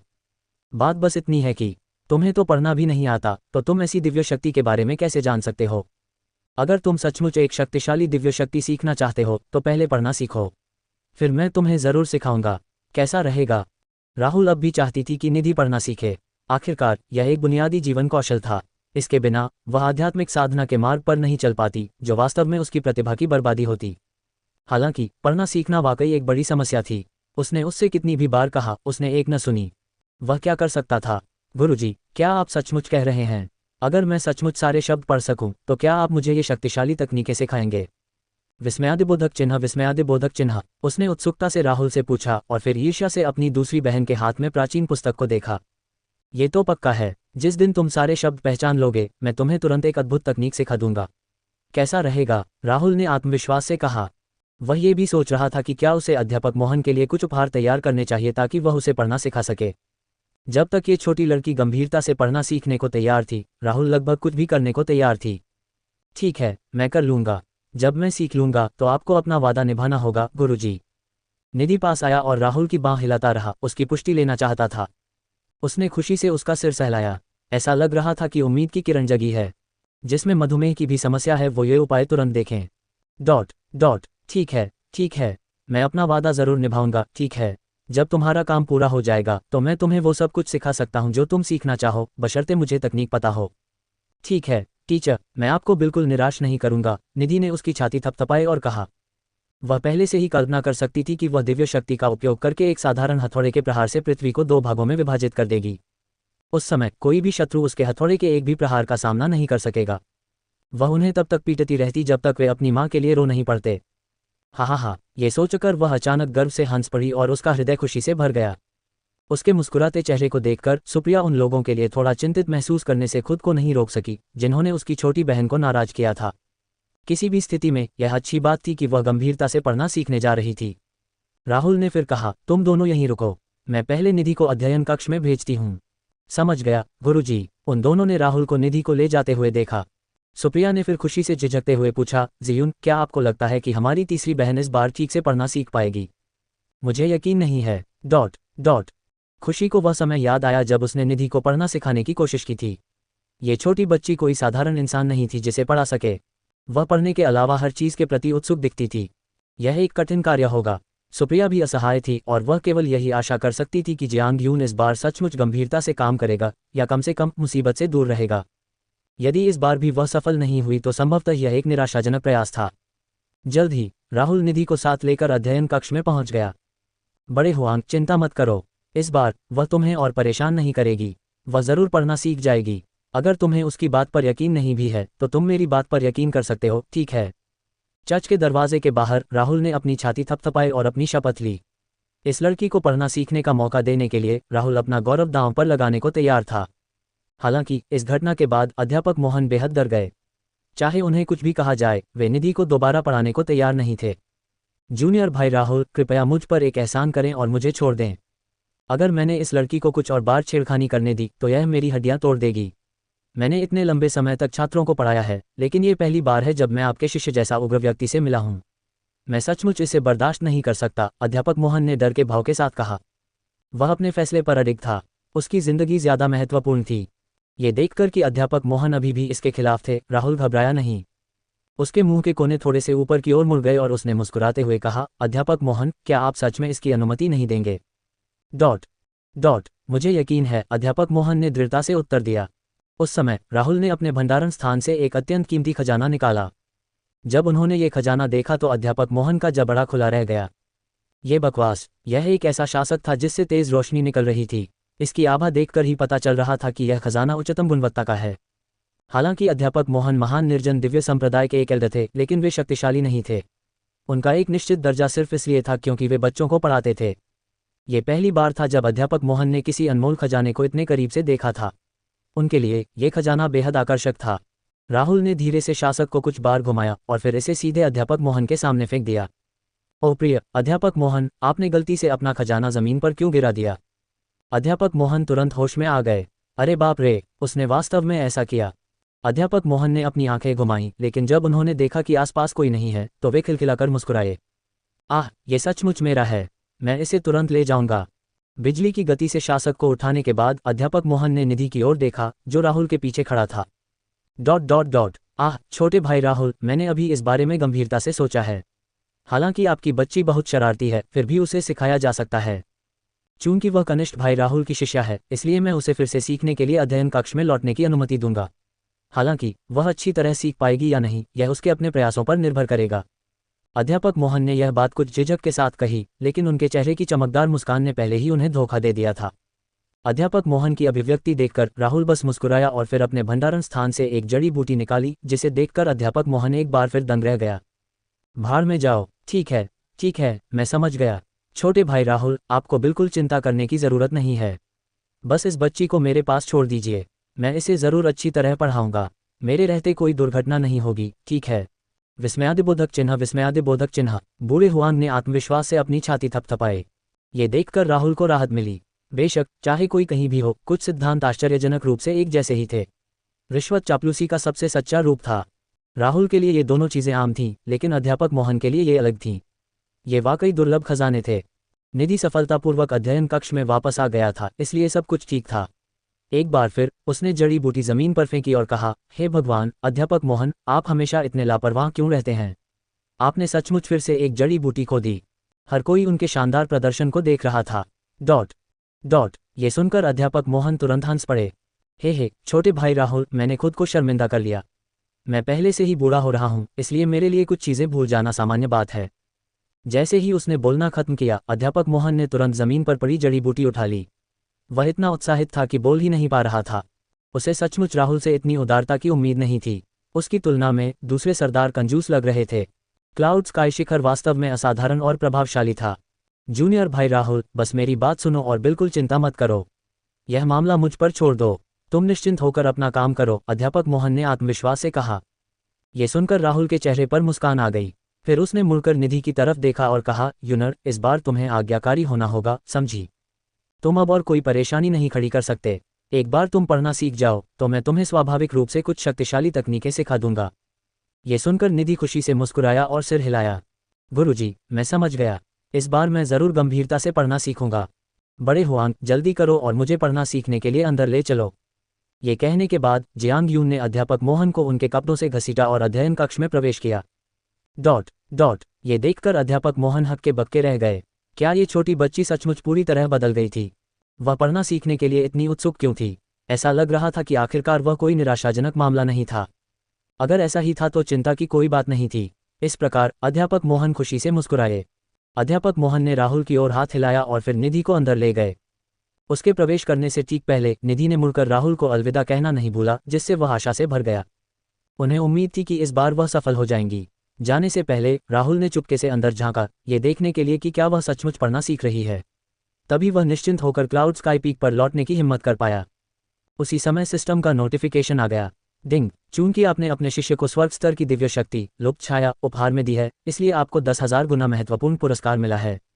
डिंग, चूंकि आपने अध्यापक मोहन को एक कीमती शासक और एक दुर्लभ जड़ी बूटी दी है, इसलिए आपको 10,000 गुना महत्वपूर्ण इनाम मिला है। अध्यापक मोहन ने सोचा कि इन दोनों खजानों को स्वीकार करके उन्होंने जरूर बहुत बड़ा भाग्य बना लिया है। हालांकि इस व्यवस्था की बदौलत सबसे बड़ा लाभार्थी खुद राहुल था। बधाई हो, मेजबान ने गुप्त तकनीक स्वर्ग विभाजक तलवार प्राप्त कर ली है। बधाई हो, मेजबान को एक दुर्लभ आध्यात्मिक हथियार इन्फर्नो रूलर और एक मध्यम श्रेणी की spirit herb sky hot flower प्राप्त हुआ है। जिस इनाम ने राहुल को चौंका दिया वह गुप्त तकनीक थी। यहाँ तक कि इसका नाम भी बताता है कि यह कितना शक्तिशाली था। जब उन्होंने इसका विवरण पढ़ा तो वे और भी रोमांचित हो गए। इस गुप्त कौशल तकनीक से अंतरिक्ष को भी पार किया जा सकता था और 10,000 मीटर दूर से दुश्मन का सिर भी काटा जा सकता था। यह एक ऐसा दिखावटी कौशल था जो उसके लिए बिल्कुल उपयुक्त था। राहुल ने इसे फिर से ध्यान से जांचा और पाया कि इस गुप्त तकनीक की शक्ति को भी कम करके नहीं आंका जा सकता। इसकी तुलना उनकी फ्लोरा स्वॉर्ड तकनीक की तीसरी चाल से भी की जा सकती है और यह उन दुश्मनों को भी निशाना बना सकती है जिनके पास अत्यंत मजबूत स्थानिक क्षमताएं हैं। कुल मिलाकर यह एक बहुत अच्छा कदम है, राहुल ने मुस्कुराते हुए खुद से कहा। इस गुप्त तकनीक के लिए स्वर्गीय दिव्य शक्ति का आदान प्रदान करना एक बहुत बड़ी बात थी। डिंग, क्या तुम अब स्वर्ग विभाजक तलवार सीखना चाहते हो? ये संकेत सुनकर राहुल मुस्कुराया और कहा, हाँ। जैसे ही उसने बोलना समाप्त किया, राहुल के दिमाग में लाल रोशनी के फटने दिखाई दिए और दिव्य पाठ और अंतर्दृष्टि एक के बाद एक उसके दिमाग में अंकित हो गईं। राहुल की अद्भुत समझ क्षमता के कारण उसने कुछ ही क्षणों में इस पर अच्छी पकड़ बना ली। आखिरकार तलवार दाव के मामले में राहुल की प्रतिभा अथाह थी। जब राहुल अपनी समझ की अवस्था में डूबा हुआ था, दारा सिंह अध्ययन कक्ष में आया और उसे चौड़ी आंखों से घूरने लगा। जूनियर भाई राहुल, आप यहाँ क्या कर रहे हैं? दारा सिंह ने राहुल को संदेह से देखा। उसका छोटा भाई सार्वजनिक रूप से मूर्खतापूर्ण तरीके से क्यों हंस रहा था? दारा सिंह की बातें सुनकर राहुल को आखिरकार होश आया। वह भी बहुत खुश था। विस्मयादिबोधक चिन्ह, हाँ, कोई खास बात नहीं। मैं तो बस अपने शिष्य को पढ़ना सिखाने के लिए यहाँ लाया हूँ। मैं जल्द ही वापस आ जाऊंगा। आपने अभी अभी क्या कहा? ये सुनने के बाद कि क्लाउड स्काई पीक की छोटी लड़की वास्तव में यहाँ वापस आ गई है, दारा सिंह वास्तव में आश्चर्यचकित हो गई। उसने तुरंत अंदर की ओर देखा, भौहें चढ़ाईं और सोचने लगा। अगले ही क्षण उसने अपने शिखर से बच्चों के समूह को बाहर आने के लिए पुकारा और सोचा कि पहले उन्हें छिपा दिया जाए। वे किसी भी समय पढ़ना लिखना सीख सकते थे, लेकिन अगर वे उस छोटी लड़की के आसपास फंस जाते तो उन्हें जल्द ही पीटा जाता। वरिष्ठ भाइयों, इसका क्या अर्थ है? प्रश्नवाचक चिन्ह। राहुल का चेहरा काला पड़ गया। क्या उसका छोटा शिष्य सचमुच इतना डरावना था? दारा सिंह हंसी और बोली, असल में कुछ भी नहीं है। मैंने उन्हें इसलिए बुलाया है क्योंकि मैं उनके लिए एक पाठ आयोजित कर रही हूँ। बहुत समय हो गया है जब मैंने उनके लिए कोई पाठ आयोजित किया है। खैर, पहले मैं विदा लेती हूँ। जैसे ही उसने बोलना समाप्त किया, दारा सिंह तुरंत बच्चों को वापस ले गया और एक पल भी रुकने का साहस नहीं कर सका। जहां तक इस बात का प्रश्न है कि जिस पाठ की वह बात कर रहे थे वह सत्य था या नहीं, इसकी परवाह किसे थी? राहुल ने मुड़कर निधि की ओर देखा, जो आज्ञाकारी ढंग से पढ़ रहा था, और मन ही मन सोचा, इसमें कोई समस्या होने की संभावना नहीं है। ये सोचकर राहुल ने क्लाउड स्काई चोटी पर लौटने का फैसला किया, जहां सुप्रिया और खुशी अभी भी इंतजार कर रहे थे। एक चमकती हुई रोशनी के साथ राहुल उनके सामने आ गया। गुरुजी, स्थिति कैसी है? क्या तीसरी बहन का मामला सचमुच सुलझ गया है? सुप्रिया ने चिंतित होकर पूछा। ये सुनकर राहुल मुस्कुराया और बोला, यह आसानी से तय हो गया। मैंने तो बस 2 खजाने दे दिए। ये सुनकर दोनों ने अपराध बोध से अपने माथे से पसीना पोंछा। राहुल का काम करने का यही तरीका था। अगर कुछ देकर बात बन जाती तो वह कोई और तरीका नहीं अपनाता। ठीक है, अब तुम्हें निधि की चिंता करने की जरूरत नहीं है। हालांकि शाम को उसे क्लाउड स्काई पीक पर वापस लाने की जिम्मेदारी तुम दोनों की होगी। ये सुनकर सुप्रिया तुरंत सहमत हो गया। हालांकि अंदर ही अंदर वह चिंतित थी कि निधि को दिन खत्म होने से पहले ही निष्कासित कर दिया जाएगा। अगर वह फिर से अंदर सभी बच्चों को पीटेगी तो वापस अंदर आना इतना आसान नहीं होगा। ठीक है, आज मैं तुम्हें औषधीय गोलियों को परिष्कृत करना सिखाऊंगा। चूंकि तुम दोनों कीमिया में नए हो, इसलिए मैं तुम्हें पहले कुछ आसान चीजें सिखाऊंगा। उदाहरण के लिए उपचार की गोली और आत्मा वापस लाने वाली गोली, जो हमारे क्लाउड स्काई शिखर के लिए विशिष्ट हैं। जैसे ही उसने बोलना समाप्त किया, राहुल ने 2 कड़ाहे और कुछ जड़ी बूटियां निकाली और उन्हें अपने 2 शिष्यों को दे दिया। राहुल ने ये कड़ाही किंगजयपुर शहर से खरीदी थी और उन्हें उपहार के रूप में दी थी। यद्यपि वे अभी जिन कड़ाहियों का उपयोग कर रहे थे वे बहुत उच्च श्रेणी की नहीं थी, फिर भी उनका उपयोग कुछ साधारण औषधीय गोलियों को परिष्कृत करने के लिए किया जा सकता था। ये सब करने के बाद राहुल ने आत्मा वापसी की गोली के लिए शोधन विधि भी उन्हें बताए। उन्होंने कहा कि मीया और साधना में स्पष्ट अंतर है। रसायन विद्या आपके धैर्य, बारीकियों पर आपकी नज़र और आग पर आपके नियंत्रण का परीक्षण करती है। शोधन प्रक्रिया के दौरान आप सभी को हर समय सतर्क और चौकस रहना होगा। तभी आप एक अच्छी गोली का शोधन कर पाएंगे, अन्यथा आपके पास बेकार गोलियों से भरा एक बर्तन ही रह जाएगा। ये सुनकर वे दोनों बहुत गंभीर हो गए और गंभीरता से बोले, हम समझते हैं। सुप्रिया को गोलियों को परिष्कृत करने में ज्यादा दिलचस्पी नहीं थी। आखिरकार उसके गुण खुशी के बिल्कुल विपरीत थे। लपटों पर उसका नियंत्रण भी उतना मजबूत नहीं था। डॉट डॉट ये ठीक इसी वजह से था कि सुप्रिया शोधन प्रक्रिया को नियंत्रित करने के लिए केवल अपनी आध्यात्मिक शक्ति पर ही भरोसा कर सकती थी। यदि उसकी अपनी आध्यात्मिक शक्ति समाप्त हो गई तो शोधन प्रक्रिया विफल हो जाएगी। हालांकि खुशी अलग थी। उसका गुण अग्नि था और वह नरकाग्नि तकनीक भी सीखती थी। इसलिए वह आसानी से ज्वालाओं को नियंत्रित कर सकती थी और कीमिया में ज्यादा कुशल थी। वह गोलियों को परिष्कृत करते हुए नरक अग्नि तकनीक में अपनी निपुणता को भी लगातार सुधार सकती थी। दूसरे शब्दों में, खुशी गोलियों को परिष्कृत करते समय साधना भी कर रही थी। राहुल द्वारा सिखाई गई शोधन विधि की जांच करने के बाद खुशी सबसे पहले गोली को परिष्कृत करने के लिए दौड़ा। कोई भी देख सकता था कि वह एक निश्चित क्रम में एक एक करके जड़ी बूटियां कढ़ाई में डाल रही थी। उसके दोनों हाथों ने कढ़ाई के सामने अलग अलग हथेलियों के निशान बनाए और अत्यंत शक्तिशाली लपटों ने तुरंत पूरी कढ़ाई को घेर लिया। जैसे जैसे तापमान बढ़ता गया, अंदर की विभिन्न जड़ी बूटियां तरल में बदल गईं। राहुल ने इसे ध्यान से देखा और अंदर की जड़ी बूटियों की स्थिति की जांच करने के लिए अपनी आध्यात्मिक इंद्रियों का भी प्रयोग किया। ध्यान केंद्रित करो, राहुल ने कहा। आग पर अपने नियंत्रण पर ध्यान दो और औषधीय तरल को धीरे धीरे संघनित करने के लिए अपनी आध्यात्मिक शक्ति को नियंत्रित करो। ये शब्द सुनकर खुशी और भी ज्यादा ऊर्जावान हो गई। उसने अपनी आध्यात्मिक शक्ति छोड़ी, जिससे पूरा हंडा घूमने लगा। क्योंकि खुशी का आग पर नियंत्रण अच्छा था, शोधन प्रक्रिया का प्रारंभिक चरण बहुत सुचारू रूप से चला। जब अंदर की सभी जड़ी बूटियां औषधीय द्रव में बदल गईं, तो वह तुरंत और भी अधिक आध्यात्मिक शक्ति से भर गई। उसने अंदर के औषधीय द्रव को नियंत्रित किया और उसे एक गोली में संघनित करना शुरू कर दिया। 1 घंटे बाद शोधन प्रक्रिया पूरी हो गई। कढ़ाई का ढक्कन ऊपर उठा और कुछ गोलियां धीरे धीरे ऊपर आ गईं। राहुल ने गोलियां पकड़ी और उन्हें देखा, फिर कहा, वे ठीक हैं। हालांकि इन गोलियों की गुणवत्ता बहुत अच्छी नहीं है, फिर भी ये तुम्हारा पहला प्रयास है। ये पहले से ही बहुत अच्छी बात है कि तुम ऐसा कर सकते हो। अपने पहले प्रयास में ही ये परिणाम प्राप्त कर पाना सचमुच सराहनीय था, तथा ये रसायन विद्या में उनकी प्रतिभा को दर्शाता है। जब वह अधिक कुशल हो जाएगी तो वह निश्चित रूप से उच्च श्रेणी की गोलियों को परिष्कृत करने में सक्षम हो जाएगी। दूसरी ओर सुप्रिया को घबराहट होने लगी थी। खुशी के विपरीत वह अपनी पहली कोशिश में कोई गोलियां नहीं बना पाई थी।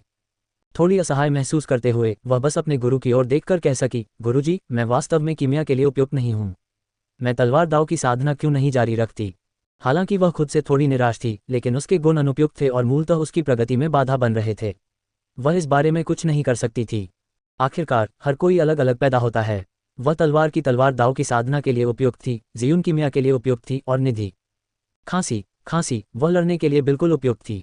ये देखते हुए कि सुप्रिया वास्तव में गोलियों को परिष्कृत नहीं करना चाहता था, राहुल के पास सहमति देने के अलावा कोई विकल्प नहीं था। ठीक है, चूंकि आप गोलियों को परिष्कृत नहीं करना चाहते हैं, इसलिए वापस जाएं और अपनी तलवार दाव की साधना जारी रखें। मुझे भी तुमसे बहुत उम्मीदें हैं। मुझे उम्मीद है कि एक दिन तुम भी तलवार के अमर होने का मेरा पद प्राप्त करोगे और तलवार दाव के मामले में एक अद्वितीय व्यक्ति बनोगे। ये सुनकर सुप्रिया बहुत खुश हुई। राहुल की प्रशंसा ही उसकी सबसे बड़ी प्रेरणा थी।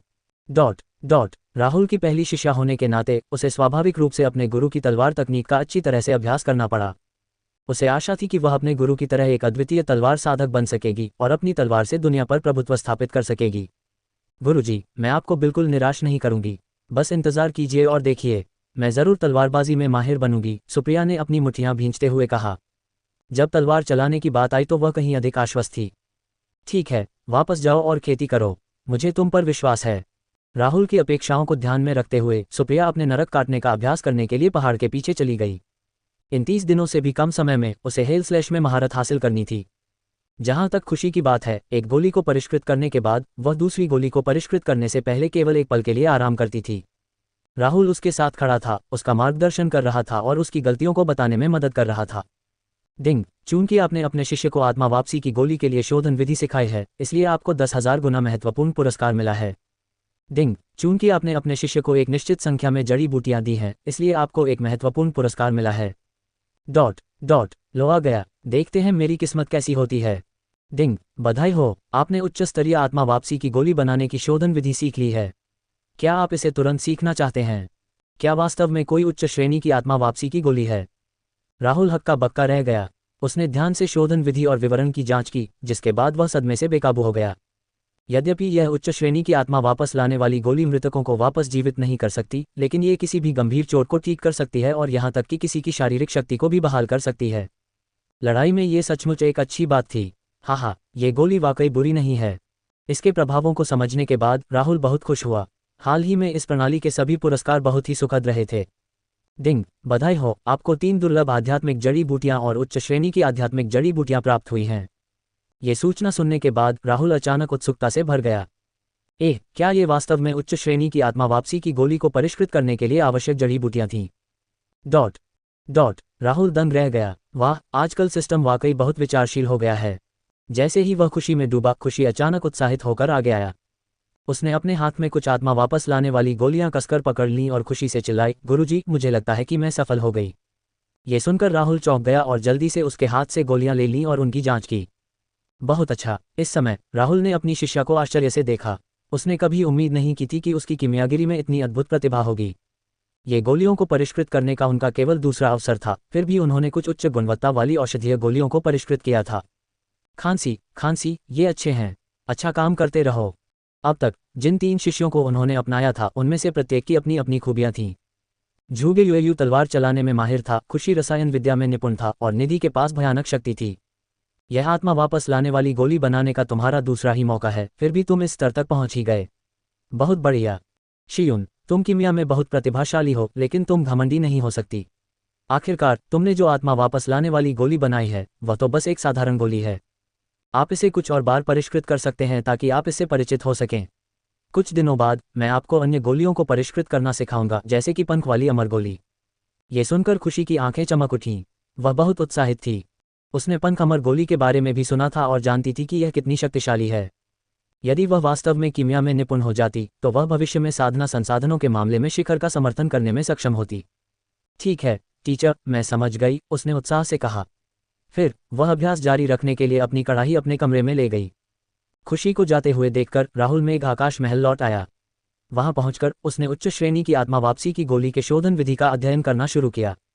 वह इसे गुप्त रूप से परिष्कृत करना इसलिए नहीं चाहता था कि वह इसे अपने शिष्यों से छिपाना चाहता था, बल्कि इसलिए कि वह अपने शिष्यों के सामने स्वयं को मूर्ख नहीं बनाना चाहता था, क्योंकि उसे इस गोली को परिष्कृत करना नहीं आता था। खुशी को उसने जो आत्मा वापसी की गोली सिखाई थी, उसकी शुद्धि की विधि प्रमुख रघुवीर ने उसके लिए छोड़ी थी। उसे स्वयं रहस्यवादी दुनिया की कीमिया की गहरी समझ नहीं थी।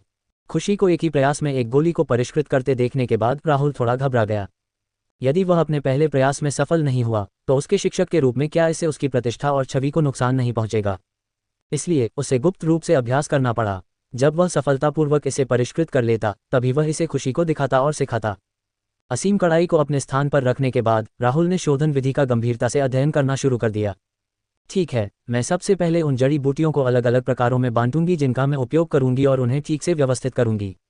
वह गोली को परिष्कृत करने में जल्दबाजी करने के बजाय शोधन प्रक्रिया के हर पहलू से खुद को परिचित करना चाहते थे। सब कुछ तैयार होने के बाद राहुल ने असीम कड़ाही को अपने सामने तैरने और धीरे धीरे घूमने के लिए नियंत्रित किया। राहुल अग्नि गुण साधक नहीं था, लेकिन इसका उस पर अधिक प्रभाव नहीं पड़ा। आखिरकार एक सर्वोच्च क्षेत्र साधक के रूप में उनकी शक्ति ने उन्हें सहारा दिया था और उन्हें आध्यात्मिक शक्ति समाप्त होने की समस्या के बारे में चिंता करने की आवश्यकता नहीं थी। उसके सटीक नियंत्रण में पूरा असीम हंडा कांपने लगा। तापमान तेजी से बढ़ा और हरे धुएं की लहरें हवा में उठने लगीं। अब राहुल ने अपने हाथों को तेजी से हिलाते हुए मन ही मन बुदबुदाया। उसने एक निश्चित क्रम में एक के बाद एक जड़ी बूटियां असीम कड़ाही में डाल दीं। उन्होंने अपने हाथों से कई गतियां की, जिससे असीम कड़ाही घूमने लगी। राहुल की आध्यात्मिक शक्ति के समर्थन से पूरे असीम कड़ाही ने तीव्र गर्मी उत्सर्जित की, जिससे हवा विकृत हो गई। अभी कुछ ही क्षण हुए थे कि अंदर की जड़ी बूटियां पहले ही औषधीय द्रव में बदल चुकी थीं और उनके औषधीय प्रभाव आपस में मिल चुके थे। अब जब शोधन पूरा हो गया था, तो राहुल ने एक और आध्यात्मिक जड़ी बूटी जोड़ी जिसने इसमें महत्वपूर्ण भूमिका निभाई। कुछ ही देर बाद उस मिश्रण से घना धुआं निकला। फिर एक तेज आवाज सुनाई दी। ये सुनकर राहुल बुरी तरह डर गया। उसे लगा कि उसने जो भी आध्यात्मिक जड़ी बूटियां डाली थीं, वे सब बेकार चली गईं। हालांकि जब धुआं धीरे धीरे छट गया और कड़ाही का हिलना बंद हो गया, तो अंतिम आध्यात्मिक जड़ी बूटी पिछली जड़ी बूटियों के साथ मिल गई। राहुल ये देखकर बहुत उत्साहित हुआ और उसने कड़ाही को एक निश्चित गति से घुमाया। 999 चक्कर पूरे होने के बाद असीम कड़ाही का ढक्कन खुला और 9 गोलियां बाहर तैरने लगीं। क्या मैं सफल हो गया? राहुल ने खुद से बुदबुदाया और जल्दी से गोलियां पकड़ लीं। सावधानीपूर्वक निरीक्षण के बाद राहुल हैरान रह गया। हे भगवान, क्या उसने सचमुच अपने पहले ही प्रयास में इतनी उच्च गुणवत्ता वाली गोली परिष्कृत कर ली थी?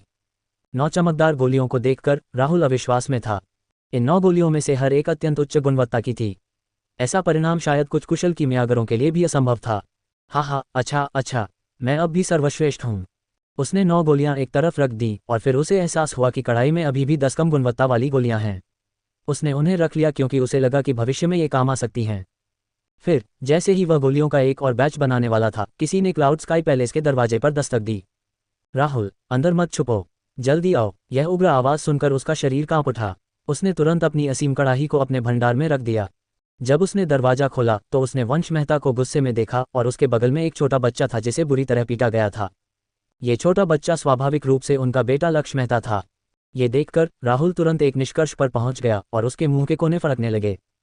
खांसी, खांसी, वरिष्ठ भाई मेहता, आखिर हुआ क्या? किसकी हिम्मत है लक्ष्य मेहता को ऐसा दिखाने की?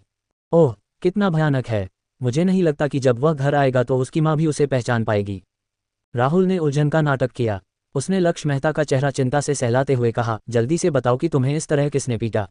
मैं इससे निपटने में तुम्हारी मदद जरूर करूंगा। ये सुनकर लक्ष्य मेहता फूट फूट कर रोने लगा। वह सवाल का जवाब नहीं दे सका। वह अब भी इस तरह क्यों रो रहा था? वह अपने पिता के शक्तिशाली रूप से बिल्कुल अलग था। वंश मेहता का चेहरा काला पड़ गया। उसका दिल गुस्से से भर गया और उसने सीधे कहा, जूनियर ब्रदर, ये क्या तुम दिखावा करना बंद कर सकते हो? तुम्हारे परिवार की उस छोटी लड़की ने मेरे बेटे को फिर से पीटा है। तुम्हें आज मुझे अच्छी तरह से समझाना होगा, वरना मैं घर जाकर क्या करूंगा। वंश मेहता जैसे जैसे बोल रहे थे, उनका गुस्सा बढ़ता जा रहा था।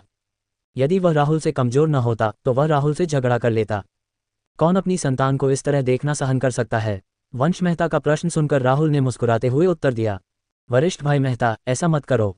मेरा छोटा शिष्य तो सिर्फ 6 साल का है, लेकिन आपका छोटा बेटा तो 10 साल का हो ही गया है। और उसे आपने इतने लंबे समय तक पढ़ाया है, तो उसकी युद्ध क्षमता भी काफ़ी अच्छी होगी, है ना? वह छोटी लड़की आपके लड़के को इस तरह कैसे पीट सकती है? ये सुनकर वंश मेहता को अचानक खून थूकने की इच्छा हुई। ये सही है, मेरा बच्चा पहले से ही 10 साल का है और 6 साल की लड़की द्वारा पीटा जाना शर्मनाक है। लेकिन जो बात सही नहीं है वह यह है कि जिस शिष्य को आपने स्वीकार किया है वह एक विचित्र व्यक्ति है। वंश मेहता को इस पर विश्वास नहीं हुआ और वह व्यक्तिगत रूप से जांच करने के लिए वहां गए। ये कल्पना करना कठिन है कि उस 6 वर्षीय लड़की ने वास्तव में हथौड़े से जमीन में कई मीटर गहरा गड्ढा बना दिया। वंश मेहता पहले से ही कुछ 100 साल के थे, लेकिन ये पहली बार था जब उन्होंने ऐसी चीज देखी थी। यहाँ तक कि अध्ययन कक्ष भी इस छोटी लड़की के हथौड़े से खंडहर में तब्दील हो गया था। गनीमत रही कि बच्ची ने अपनी पूरी ताकत नहीं लगाई, वरना हथौड़े से उसका बच्चा शायद मांस के टुकड़े में बदल जाता।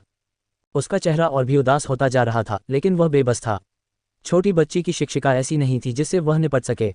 उसे ये सब सहना ही था, भले ही वह कुछ न कर सके। तुम्हें तो बस दिन भर बिना रुके रोना ही आता है। क्या तुम अपनी उम्र से थोड़ा ज्यादा नहीं दिखा सकते? मैंने तुम्हें कितनी बार कहा है कि उस छोटी लड़की को मत छेड़ो, लेकिन तुम सुनते ही नहीं। वंश मेहता ने गाली दी। थोड़ी देर बाद उसने राहुल की ओर देखा और कहा, छोटे भाई राहुल, मुझे यकीन है कि तुम अपने बड़े भाई की स्थिति को अच्छी तरह समझते हो। अगर मैं सचमुच इस चोटिल और सूजे हुए बच्चे को वापस ले आया तो मैं घर पर बाघिन को जवाब नहीं दे पाऊंगा। मुझे बेशर्मी का इल्जाम मत दो। अगर तुम आज मुझे कोई स्पष्टीकरण नहीं दे पाए तो वापस जाकर मैं तुम्हें ही दोष दूंगा। वंश मेहता को अच्छी तरह से पता था कि वह राहुल का मुकाबला नहीं कर सकता, इसलिए उसके पास इसके अलावा कोई विकल्प नहीं था। तुम कुछ भी कहो, मेरे बेटे को तुम्हारे अच्छे शिष्य ने पीटा। बस मुझे बताओ कि तुम क्या करना चाहते हो। राहुल को यह सुनकर समझ नहीं आया कि क्या कहे। कौन सोच सकता था कि वंश मेहता, जो बाहरी दुनिया में शक्तिशाली और ताकतवर था और थोड़ी सी असहमति पर युद्ध पर उतर जाता था, वास्तव में अपनी पत्नी से डरेगा। राहुल ने लक्ष्य मेहता की ओर देखा, जिसे बुरी तरह पीटा गया था, और इस मामले पर विचार किया। जरा रुको, क्या मैंने अभी अभी उच्च श्रेणी की आत्मा वापस लाने वाली गोलियों का एक बर्तन तैयार नहीं किया है? ये सोचते ही राहुल के होंठों पर मुस्कान आ गई। उसने कुछ बार खांसकर कहा, वरिष्ठ भाई मेहता, आपने अभी जो कहा वह बेवजह नहीं था। कुछ ही क्षणों बाद उसने अपने भंडारण स्थान से एक निम्न गुणवत्ता वाली उच्च श्रेणी की आत्मा वापस लाने वाली गोली निकाली। राहुल ने झिझकते हुए कहा, वरिष्ठ भाई मेहता, आपसे क्षमा याचना करता हूँ। मेरी यह छोटी बच्ची वाकई बहुत शरारती है। वह अक्सर मेरे लिए मुसीबत खड़ी कर देती है और यहाँ तक कि मार्शल भतीजे लक्ष्य मेहता को भी बुरी तरह पीटती है। मैं उसे इस हालत में नहीं देख सकता। मेरे पास एक आत्मा लौटाने वाली गोली है, इसे ले लो, इससे उसे अपनी चोटों से उबरने में मदद मिलेगी। इसके साथ ही राहुल ने अनिच्छा से उच्च श्रेणी की आत्मा वापसी की गोली वंश मेहता को सौंप दी। वंश मेहता ये देखकर हक्का बक्का रह गया।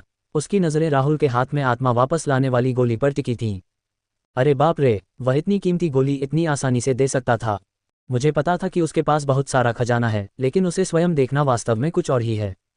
उसे अचानक महसूस हुआ कि उसके बेटे की पिटाई व्यर्थ नहीं थी। पिटाई के बाद उसे एक उच्च श्रेणी की आत्मा वापसी की गोली मिली। ये सौदा वाकई सार्थक था। शायद यह एक नियमित घटना बन जानी चाहिए। जूनियर भाई राहुल, आप सचमुच बहुत विनम्र हैं। हम एक ही संप्रदाय के भाई हैं और जिस शिष्या को आप स्वीकार करते हैं वह मेरी योद्धा भतीजी भी है। बच्चों में छोटी मोटी तकरार होना आम बात है। दरअसल तुम्हें ऐसा होने की ज़रूरत नहीं है। ये बच्चों के बीच थोड़ी सी मस्ती है। तुम्हारे लिए एक उच्च गुणवत्ता वाली आत्मा वापस लाने वाली गोली छोड़ना उचित नहीं है, वंश मेहता ने बेपरवाही से कहा, लेकिन उसके हाथों की हरकतों ने उसे धोखा दे दिया क्योंकि उसने जल्दी से गोली रख दी। राहुल ये सुनकर हक्का बक्का रह गया। ऐसा लग रहा था कि उसके बड़े भाई में ऑस्कर पुरस्कार के लिए प्रतिस्पर्धा करने की योग्यता है। प्रभावशाली डिंग। वंश मेहता को उच्च श्रेणी की आत्मा वापसी की गोली देने के लिए बधाई। आपको 10,000 गुना क्रिटिकल रिवॉर्ड मिला है। डिंग। बधाई हो, मेजबान को अमर स्तर की रक्त पुनर्प्राप्ति गोली मिल गई है। अमर ग्रेड। राहुल बहुत खुश था। सिस्टम फिर से उसके साथ अच्छा व्यवहार कर रहा था। इस अमर श्रेणी की गोली का प्रभाव बहुत अच्छा था। जब तक कोई इसे ग्रहण करता, युद्ध में उसकी शारीरिक शक्ति तुरंत वापस आ जाती। यहाँ तक कि उसकी आध्यात्मिक शक्ति भी चरम अवस्था में पहुंच जाती। अपने दिल में अशांत लहरों के बावजूद राहुल की अभिव्यक्ति अभी भी बहुत शांत थी और उसने तुरंत गोली को अपने भंडारण स्थान में रख दिया। वंश मेहता ने भी जल्दी से राहुल की दी हुई गोलियां रख दी, इस डर से कि कहीं राहुल को अपने फैसले पर पछतावा न हो और वे वापस न ले जाएं। वह बेहद उत्साहित लग रहा था।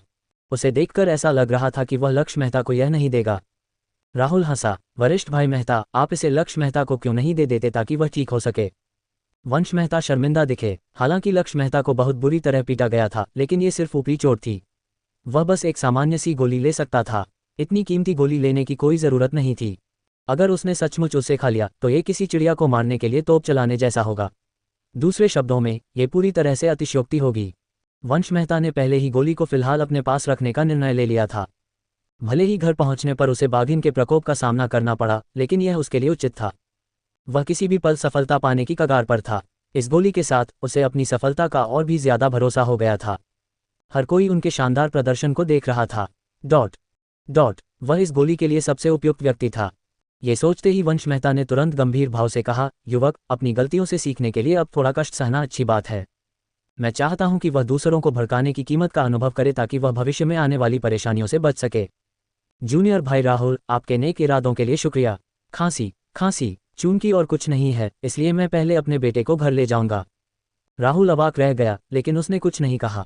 वंश मेहता जो चाहे कर सकता था।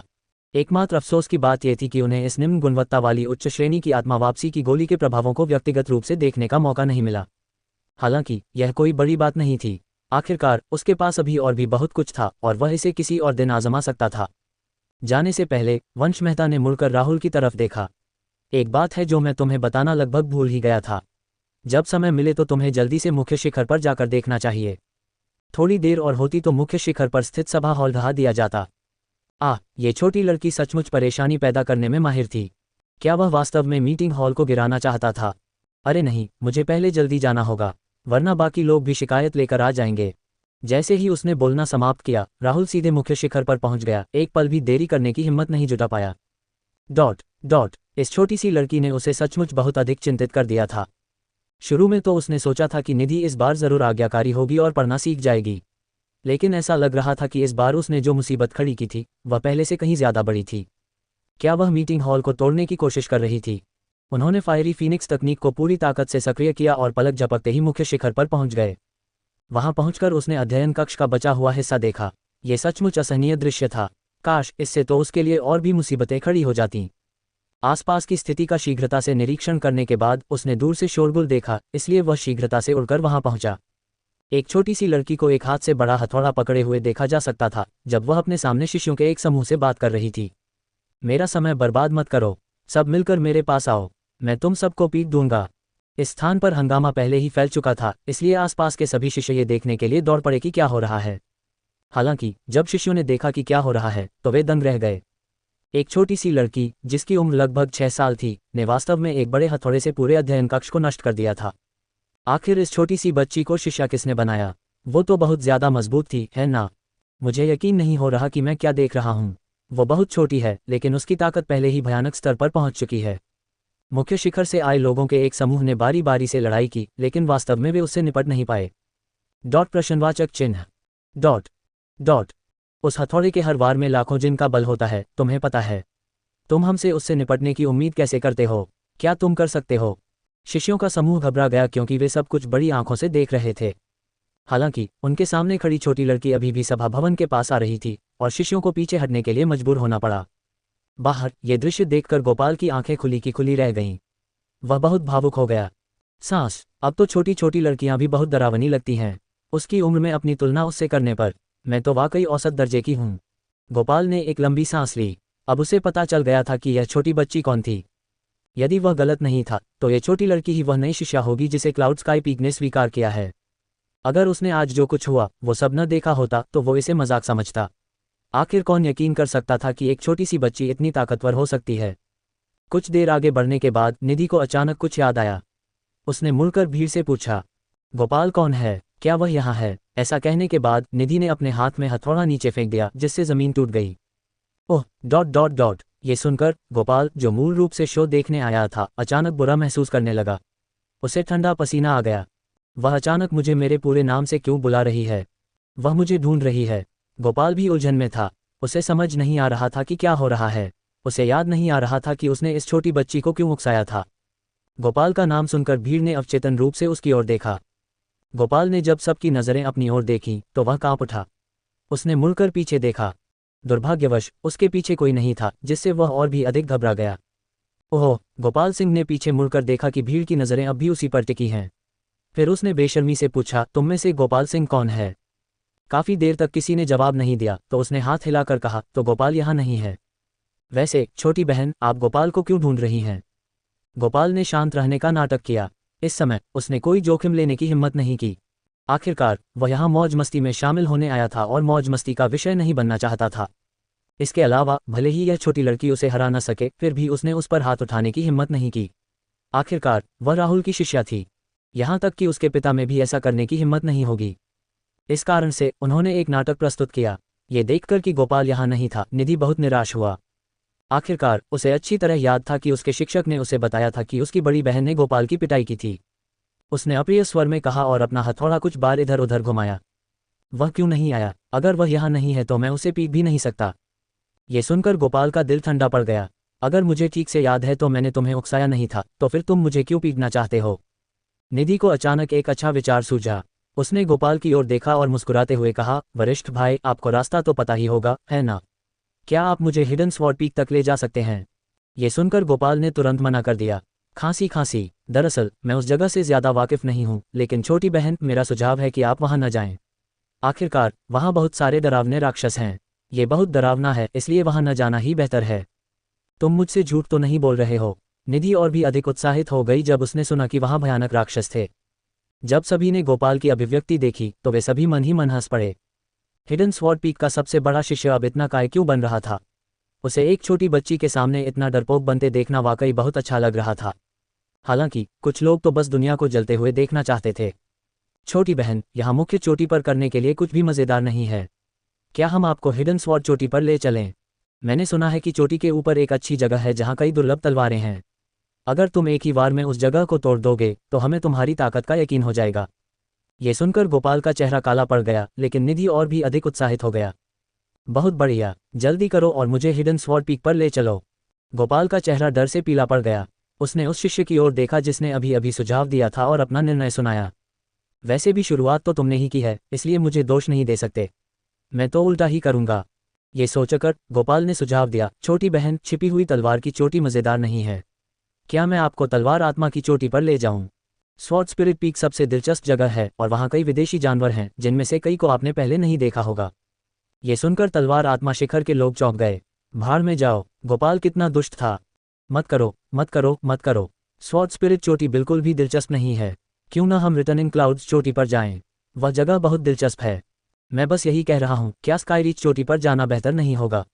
ये पर्वत शिखर इतना ऊंचा है कि बादलों तक पहुंचता है। यह ऊंचा, मजबूत और भव्य है। नहीं नहीं नहीं, छोटी बहन, मेरी सलाह मानो और वाटर स्काई पीक पर चली जाओ। आखिरकार वह जगह तो खूबसूरत बहनों से भरी है। उनके साथ खेलना वाकई दिलचस्प होगा। इस समय मुख्य शिखर पर अफरा तफरी मची हुई थी। ये सभी लोग निधि को अपनी अपनी चोटियों पर जाने से रोकने की कोशिश कर रहे थे। तभी अध्यापक मोहन दौड़कर वहां पहुंचे। खंडहर हो चुके अध्ययन कक्ष को देखकर उनका चेहरा कोयले की तरह काला पड़ गया। ये किसने किया? खुद को दिखाओ, अध्यापक मोहन गुस्से से चिल्लाया। वह केवल कुछ समय के लिए ही वहां से गया था, फिर भी वह स्थान धुएं से भर गया था। अध्यापक मोहन की चीख सुनकर भीड़ तुरंत शांत हो गई और उनके लिए रास्ता बना दिया, जिससे उन्हें उत्साही निधि को देखने का मौका मिला। बुजुर्ग हुआंग इसे रोक नहीं सके और खून थूक दिया। पुची। कुछ देर खांसने के बाद अध्यापक मोहन आखिरकार थोड़ा शांत हुए। वह इतने गुस्से में थे कि उनकी जान जाते जाते बची। हथौड़ा कहाँ से आया? आज सुबह जब वह आई तो उसने उसे नहीं देखा। जाने से पहले उसने उसे कई बार याद दिलाया था, लेकिन कौन सोच सकता था कि उसका अध्ययन कक्ष केवल 5 मिनट में गायब हो जाएगा। बड़े हुआंग, मत मरो, खुद को संभालो। ये देखकर कि अध्यापक मोहन प्रहार से बेहोश हो गए हैं, आसपास के शिष्य तुरंत आगे आए और उनके शरीर को हिलाया। काफी देर बाद अध्यापक मोहन को आखिरकार होश आया।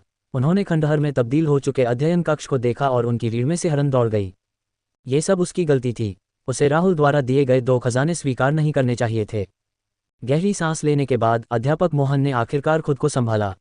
उन्होंने निधि को डांटा नहीं, बल्कि वे उसके पास आकर एक दयालु भाव से बोले, छोटी निधि, तुमने ऐसा क्यों किया?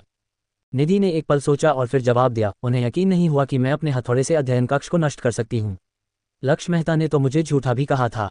चूंकि वे मुझ पर विश्वास नहीं करते थे, इसलिए मुझे उन्हें ये साबित करना पड़ा। निधि की बातें सुनकर अध्यापक मोहन का चेहरा काला पड़ गया।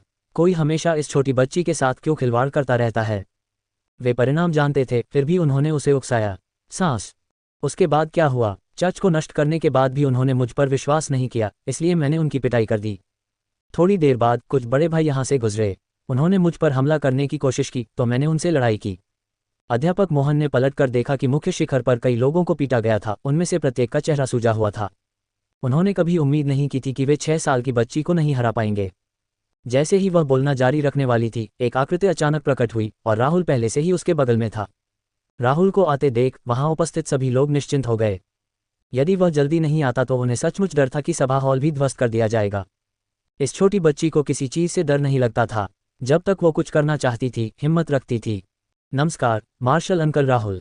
शिष्यों के समूह ने तुरंत राहुल को सलाम किया। अध्यापक मोहन के विपरीत राहुल मेघ आकाश शिखर का प्रमुख था और अपनी शक्ति के लिए प्रसिद्ध था। वह उनकी पूजा का पात्र था। राहुल ने उन पर हाथ हिलाया और बिना कुछ कहे निधि को घूरता रहा। वह पहले ही समझ चुका था कि अभी क्या हुआ था। ये वास्तव में उसकी सामान्य शैली थी। निधि डर गई और उसने तुरंत अपना सिर नीचे कर लिया, कुछ भी कहने में असमर्थ रही। थोड़ी देर बाद दारा सिंह भी आ गया। अध्ययन कक्ष को खंडहर में देखकर उसका चेहरा काला पड़ गया। ये बिल्कुल भी अप्रत्याशित नहीं है। ये छोटी सी बच्ची सचमुच हंगामा मचाना जानती है। जूनियर भाई राहुल, क्या आप मुझे एक पल का आराम नहीं दे सकते? वरिष्ठ भाइयों, क्षमा करें। अध्ययन कक्ष के पुनर्निर्माण का खर्च क्लाउड स्काई पीक द्वारा वहन किया जाएगा। राहुल अजीब तरह से मुस्कुराया। राहुल अपने शिष्य से असहाय भी था और प्रभावित भी। इस समय दारा सिंह असहाय भाव से निधि को देख रही थी और निधि भी व्यथित भाव से दारा सिंह को देख रहा था। ये घूरने की प्रतियोगिता काफी हास्यास्पद थी। बेबसी से आह भरते हुए एओली ने कहा, छोड़ो भी, चलो इस मामले को ऐसे ही रहने देते हैं। जूनियर भाई राहुल को बिल चुकाने की कोई जरूरत नहीं है, वैसे भी यह महंगा नहीं है। आओलेई को डर का एहसास हुआ। शुक्र है कि वह बच्चों को अपनी चोटी से पहले ही वापस ले आया था, वरना उनकी भी पिटाई हो जाती। जूनियर भाई राहुल। जैसे ही राहुल बोलने वाला था, अध्यापक मोहन दौड़कर आया। अच्छा होगा कि आप अपनी बच्ची को यहाँ न भेजें। मैं उसे पढ़ाना जारी नहीं रख सकती। बस मुझ पर एक एहसान करो और मुझे जाने दो। मैं अब और बर्दाश्त नहीं कर सकता। बिना किसी हिचकिचाहट के उसने वे 2 खजाने निकाले जो राहुल ने उसे पहले दिए थे और कहा, कनिष्ठ भाई राहुल, कृपया ये दोनों चीज़ें वापस ले लीजिए। मैं सचमुच इन्हें स्वीकार नहीं कर सकता। क्या हम आज का मामला यहीं छोड़ सकते हैं? राहुल भी बहुत असहाय था और उसने अध्यापक मोहन द्वारा वापस दिए गए 2 खजाने नहीं लिए। राहुल ने पलटकर निधि की तरफ देखा। उसे समझ नहीं आ रहा था कि हंसे या रोए। किसी भी स्थिति में इस बार पढ़ना लिखना सीखने की उसकी यात्रा समाप्त घोषित की जानी थी। एक पल सोचने के बाद राहुल ने शर्मिंदगी से कहा, अध्यापक मोहन, आप ये दोनों चीज़ें रख सकते हैं। इसे मेरी तरफ से एक छोटा सा तोहफा समझिए। मुझे बहुत अफसोस है कि ऐसा दोबारा हुआ। मैं अब आपको इस छोटी बच्ची की साक्षरता के बारे में परेशान नहीं करूंगी। ये सुनकर अध्यापक मोहन का मूड बेहतर हो गया। अध्यापक। राहुल अपनी बात जारी रखने ही वाला था कि निधि ने उसकी बाँह हिलाई और दयनीय स्वर में बोला, इस बार मैं पढ़ना लिखना नहीं सीख सकता। ये सुनकर उसने लाचारी से उसे समझाया, कोई बात नहीं, तुम पढ़ना लिखना जरूर जारी रख सकती हो। मुझे बस तुम्हारे लिए कोई और टीचर ढूंढना है, ठीक है? कुछ देर सोचने के बाद निधि ने अपना सिर झुकाया और कहा, क्या मेरे साथ और भी बच्चे खेल रहे होंगे? राहुल बहुत डरी हुई थी। इस समय भी क्या वह खेलना चाहती थी? अगर उसने ऐसा होने दिया तो शायद क्लाउड स्काई पैलेस भी ढहा दिया जाएगा। नहीं, ऐसा नहीं हो सकता। क्लाउड स्काई पैलेस बिल्कुल नया था। इस समय राहुल ने अचानक गोपाल को देखा जो भीड़ में खड़ा था और चालाकी से कहा, अगर आप किसी के साथ खेलना चाहते हैं तो मैं आपको हिडन स्वॉर्ड पीक पर ले आऊंगा और आप उनके शिष्यों के साथ खेल सकते हैं, ठीक है? हमारे साथ बने रहने के लिए धन्यवाद। चैनल को सब्सक्राइब कर सहयोग करें।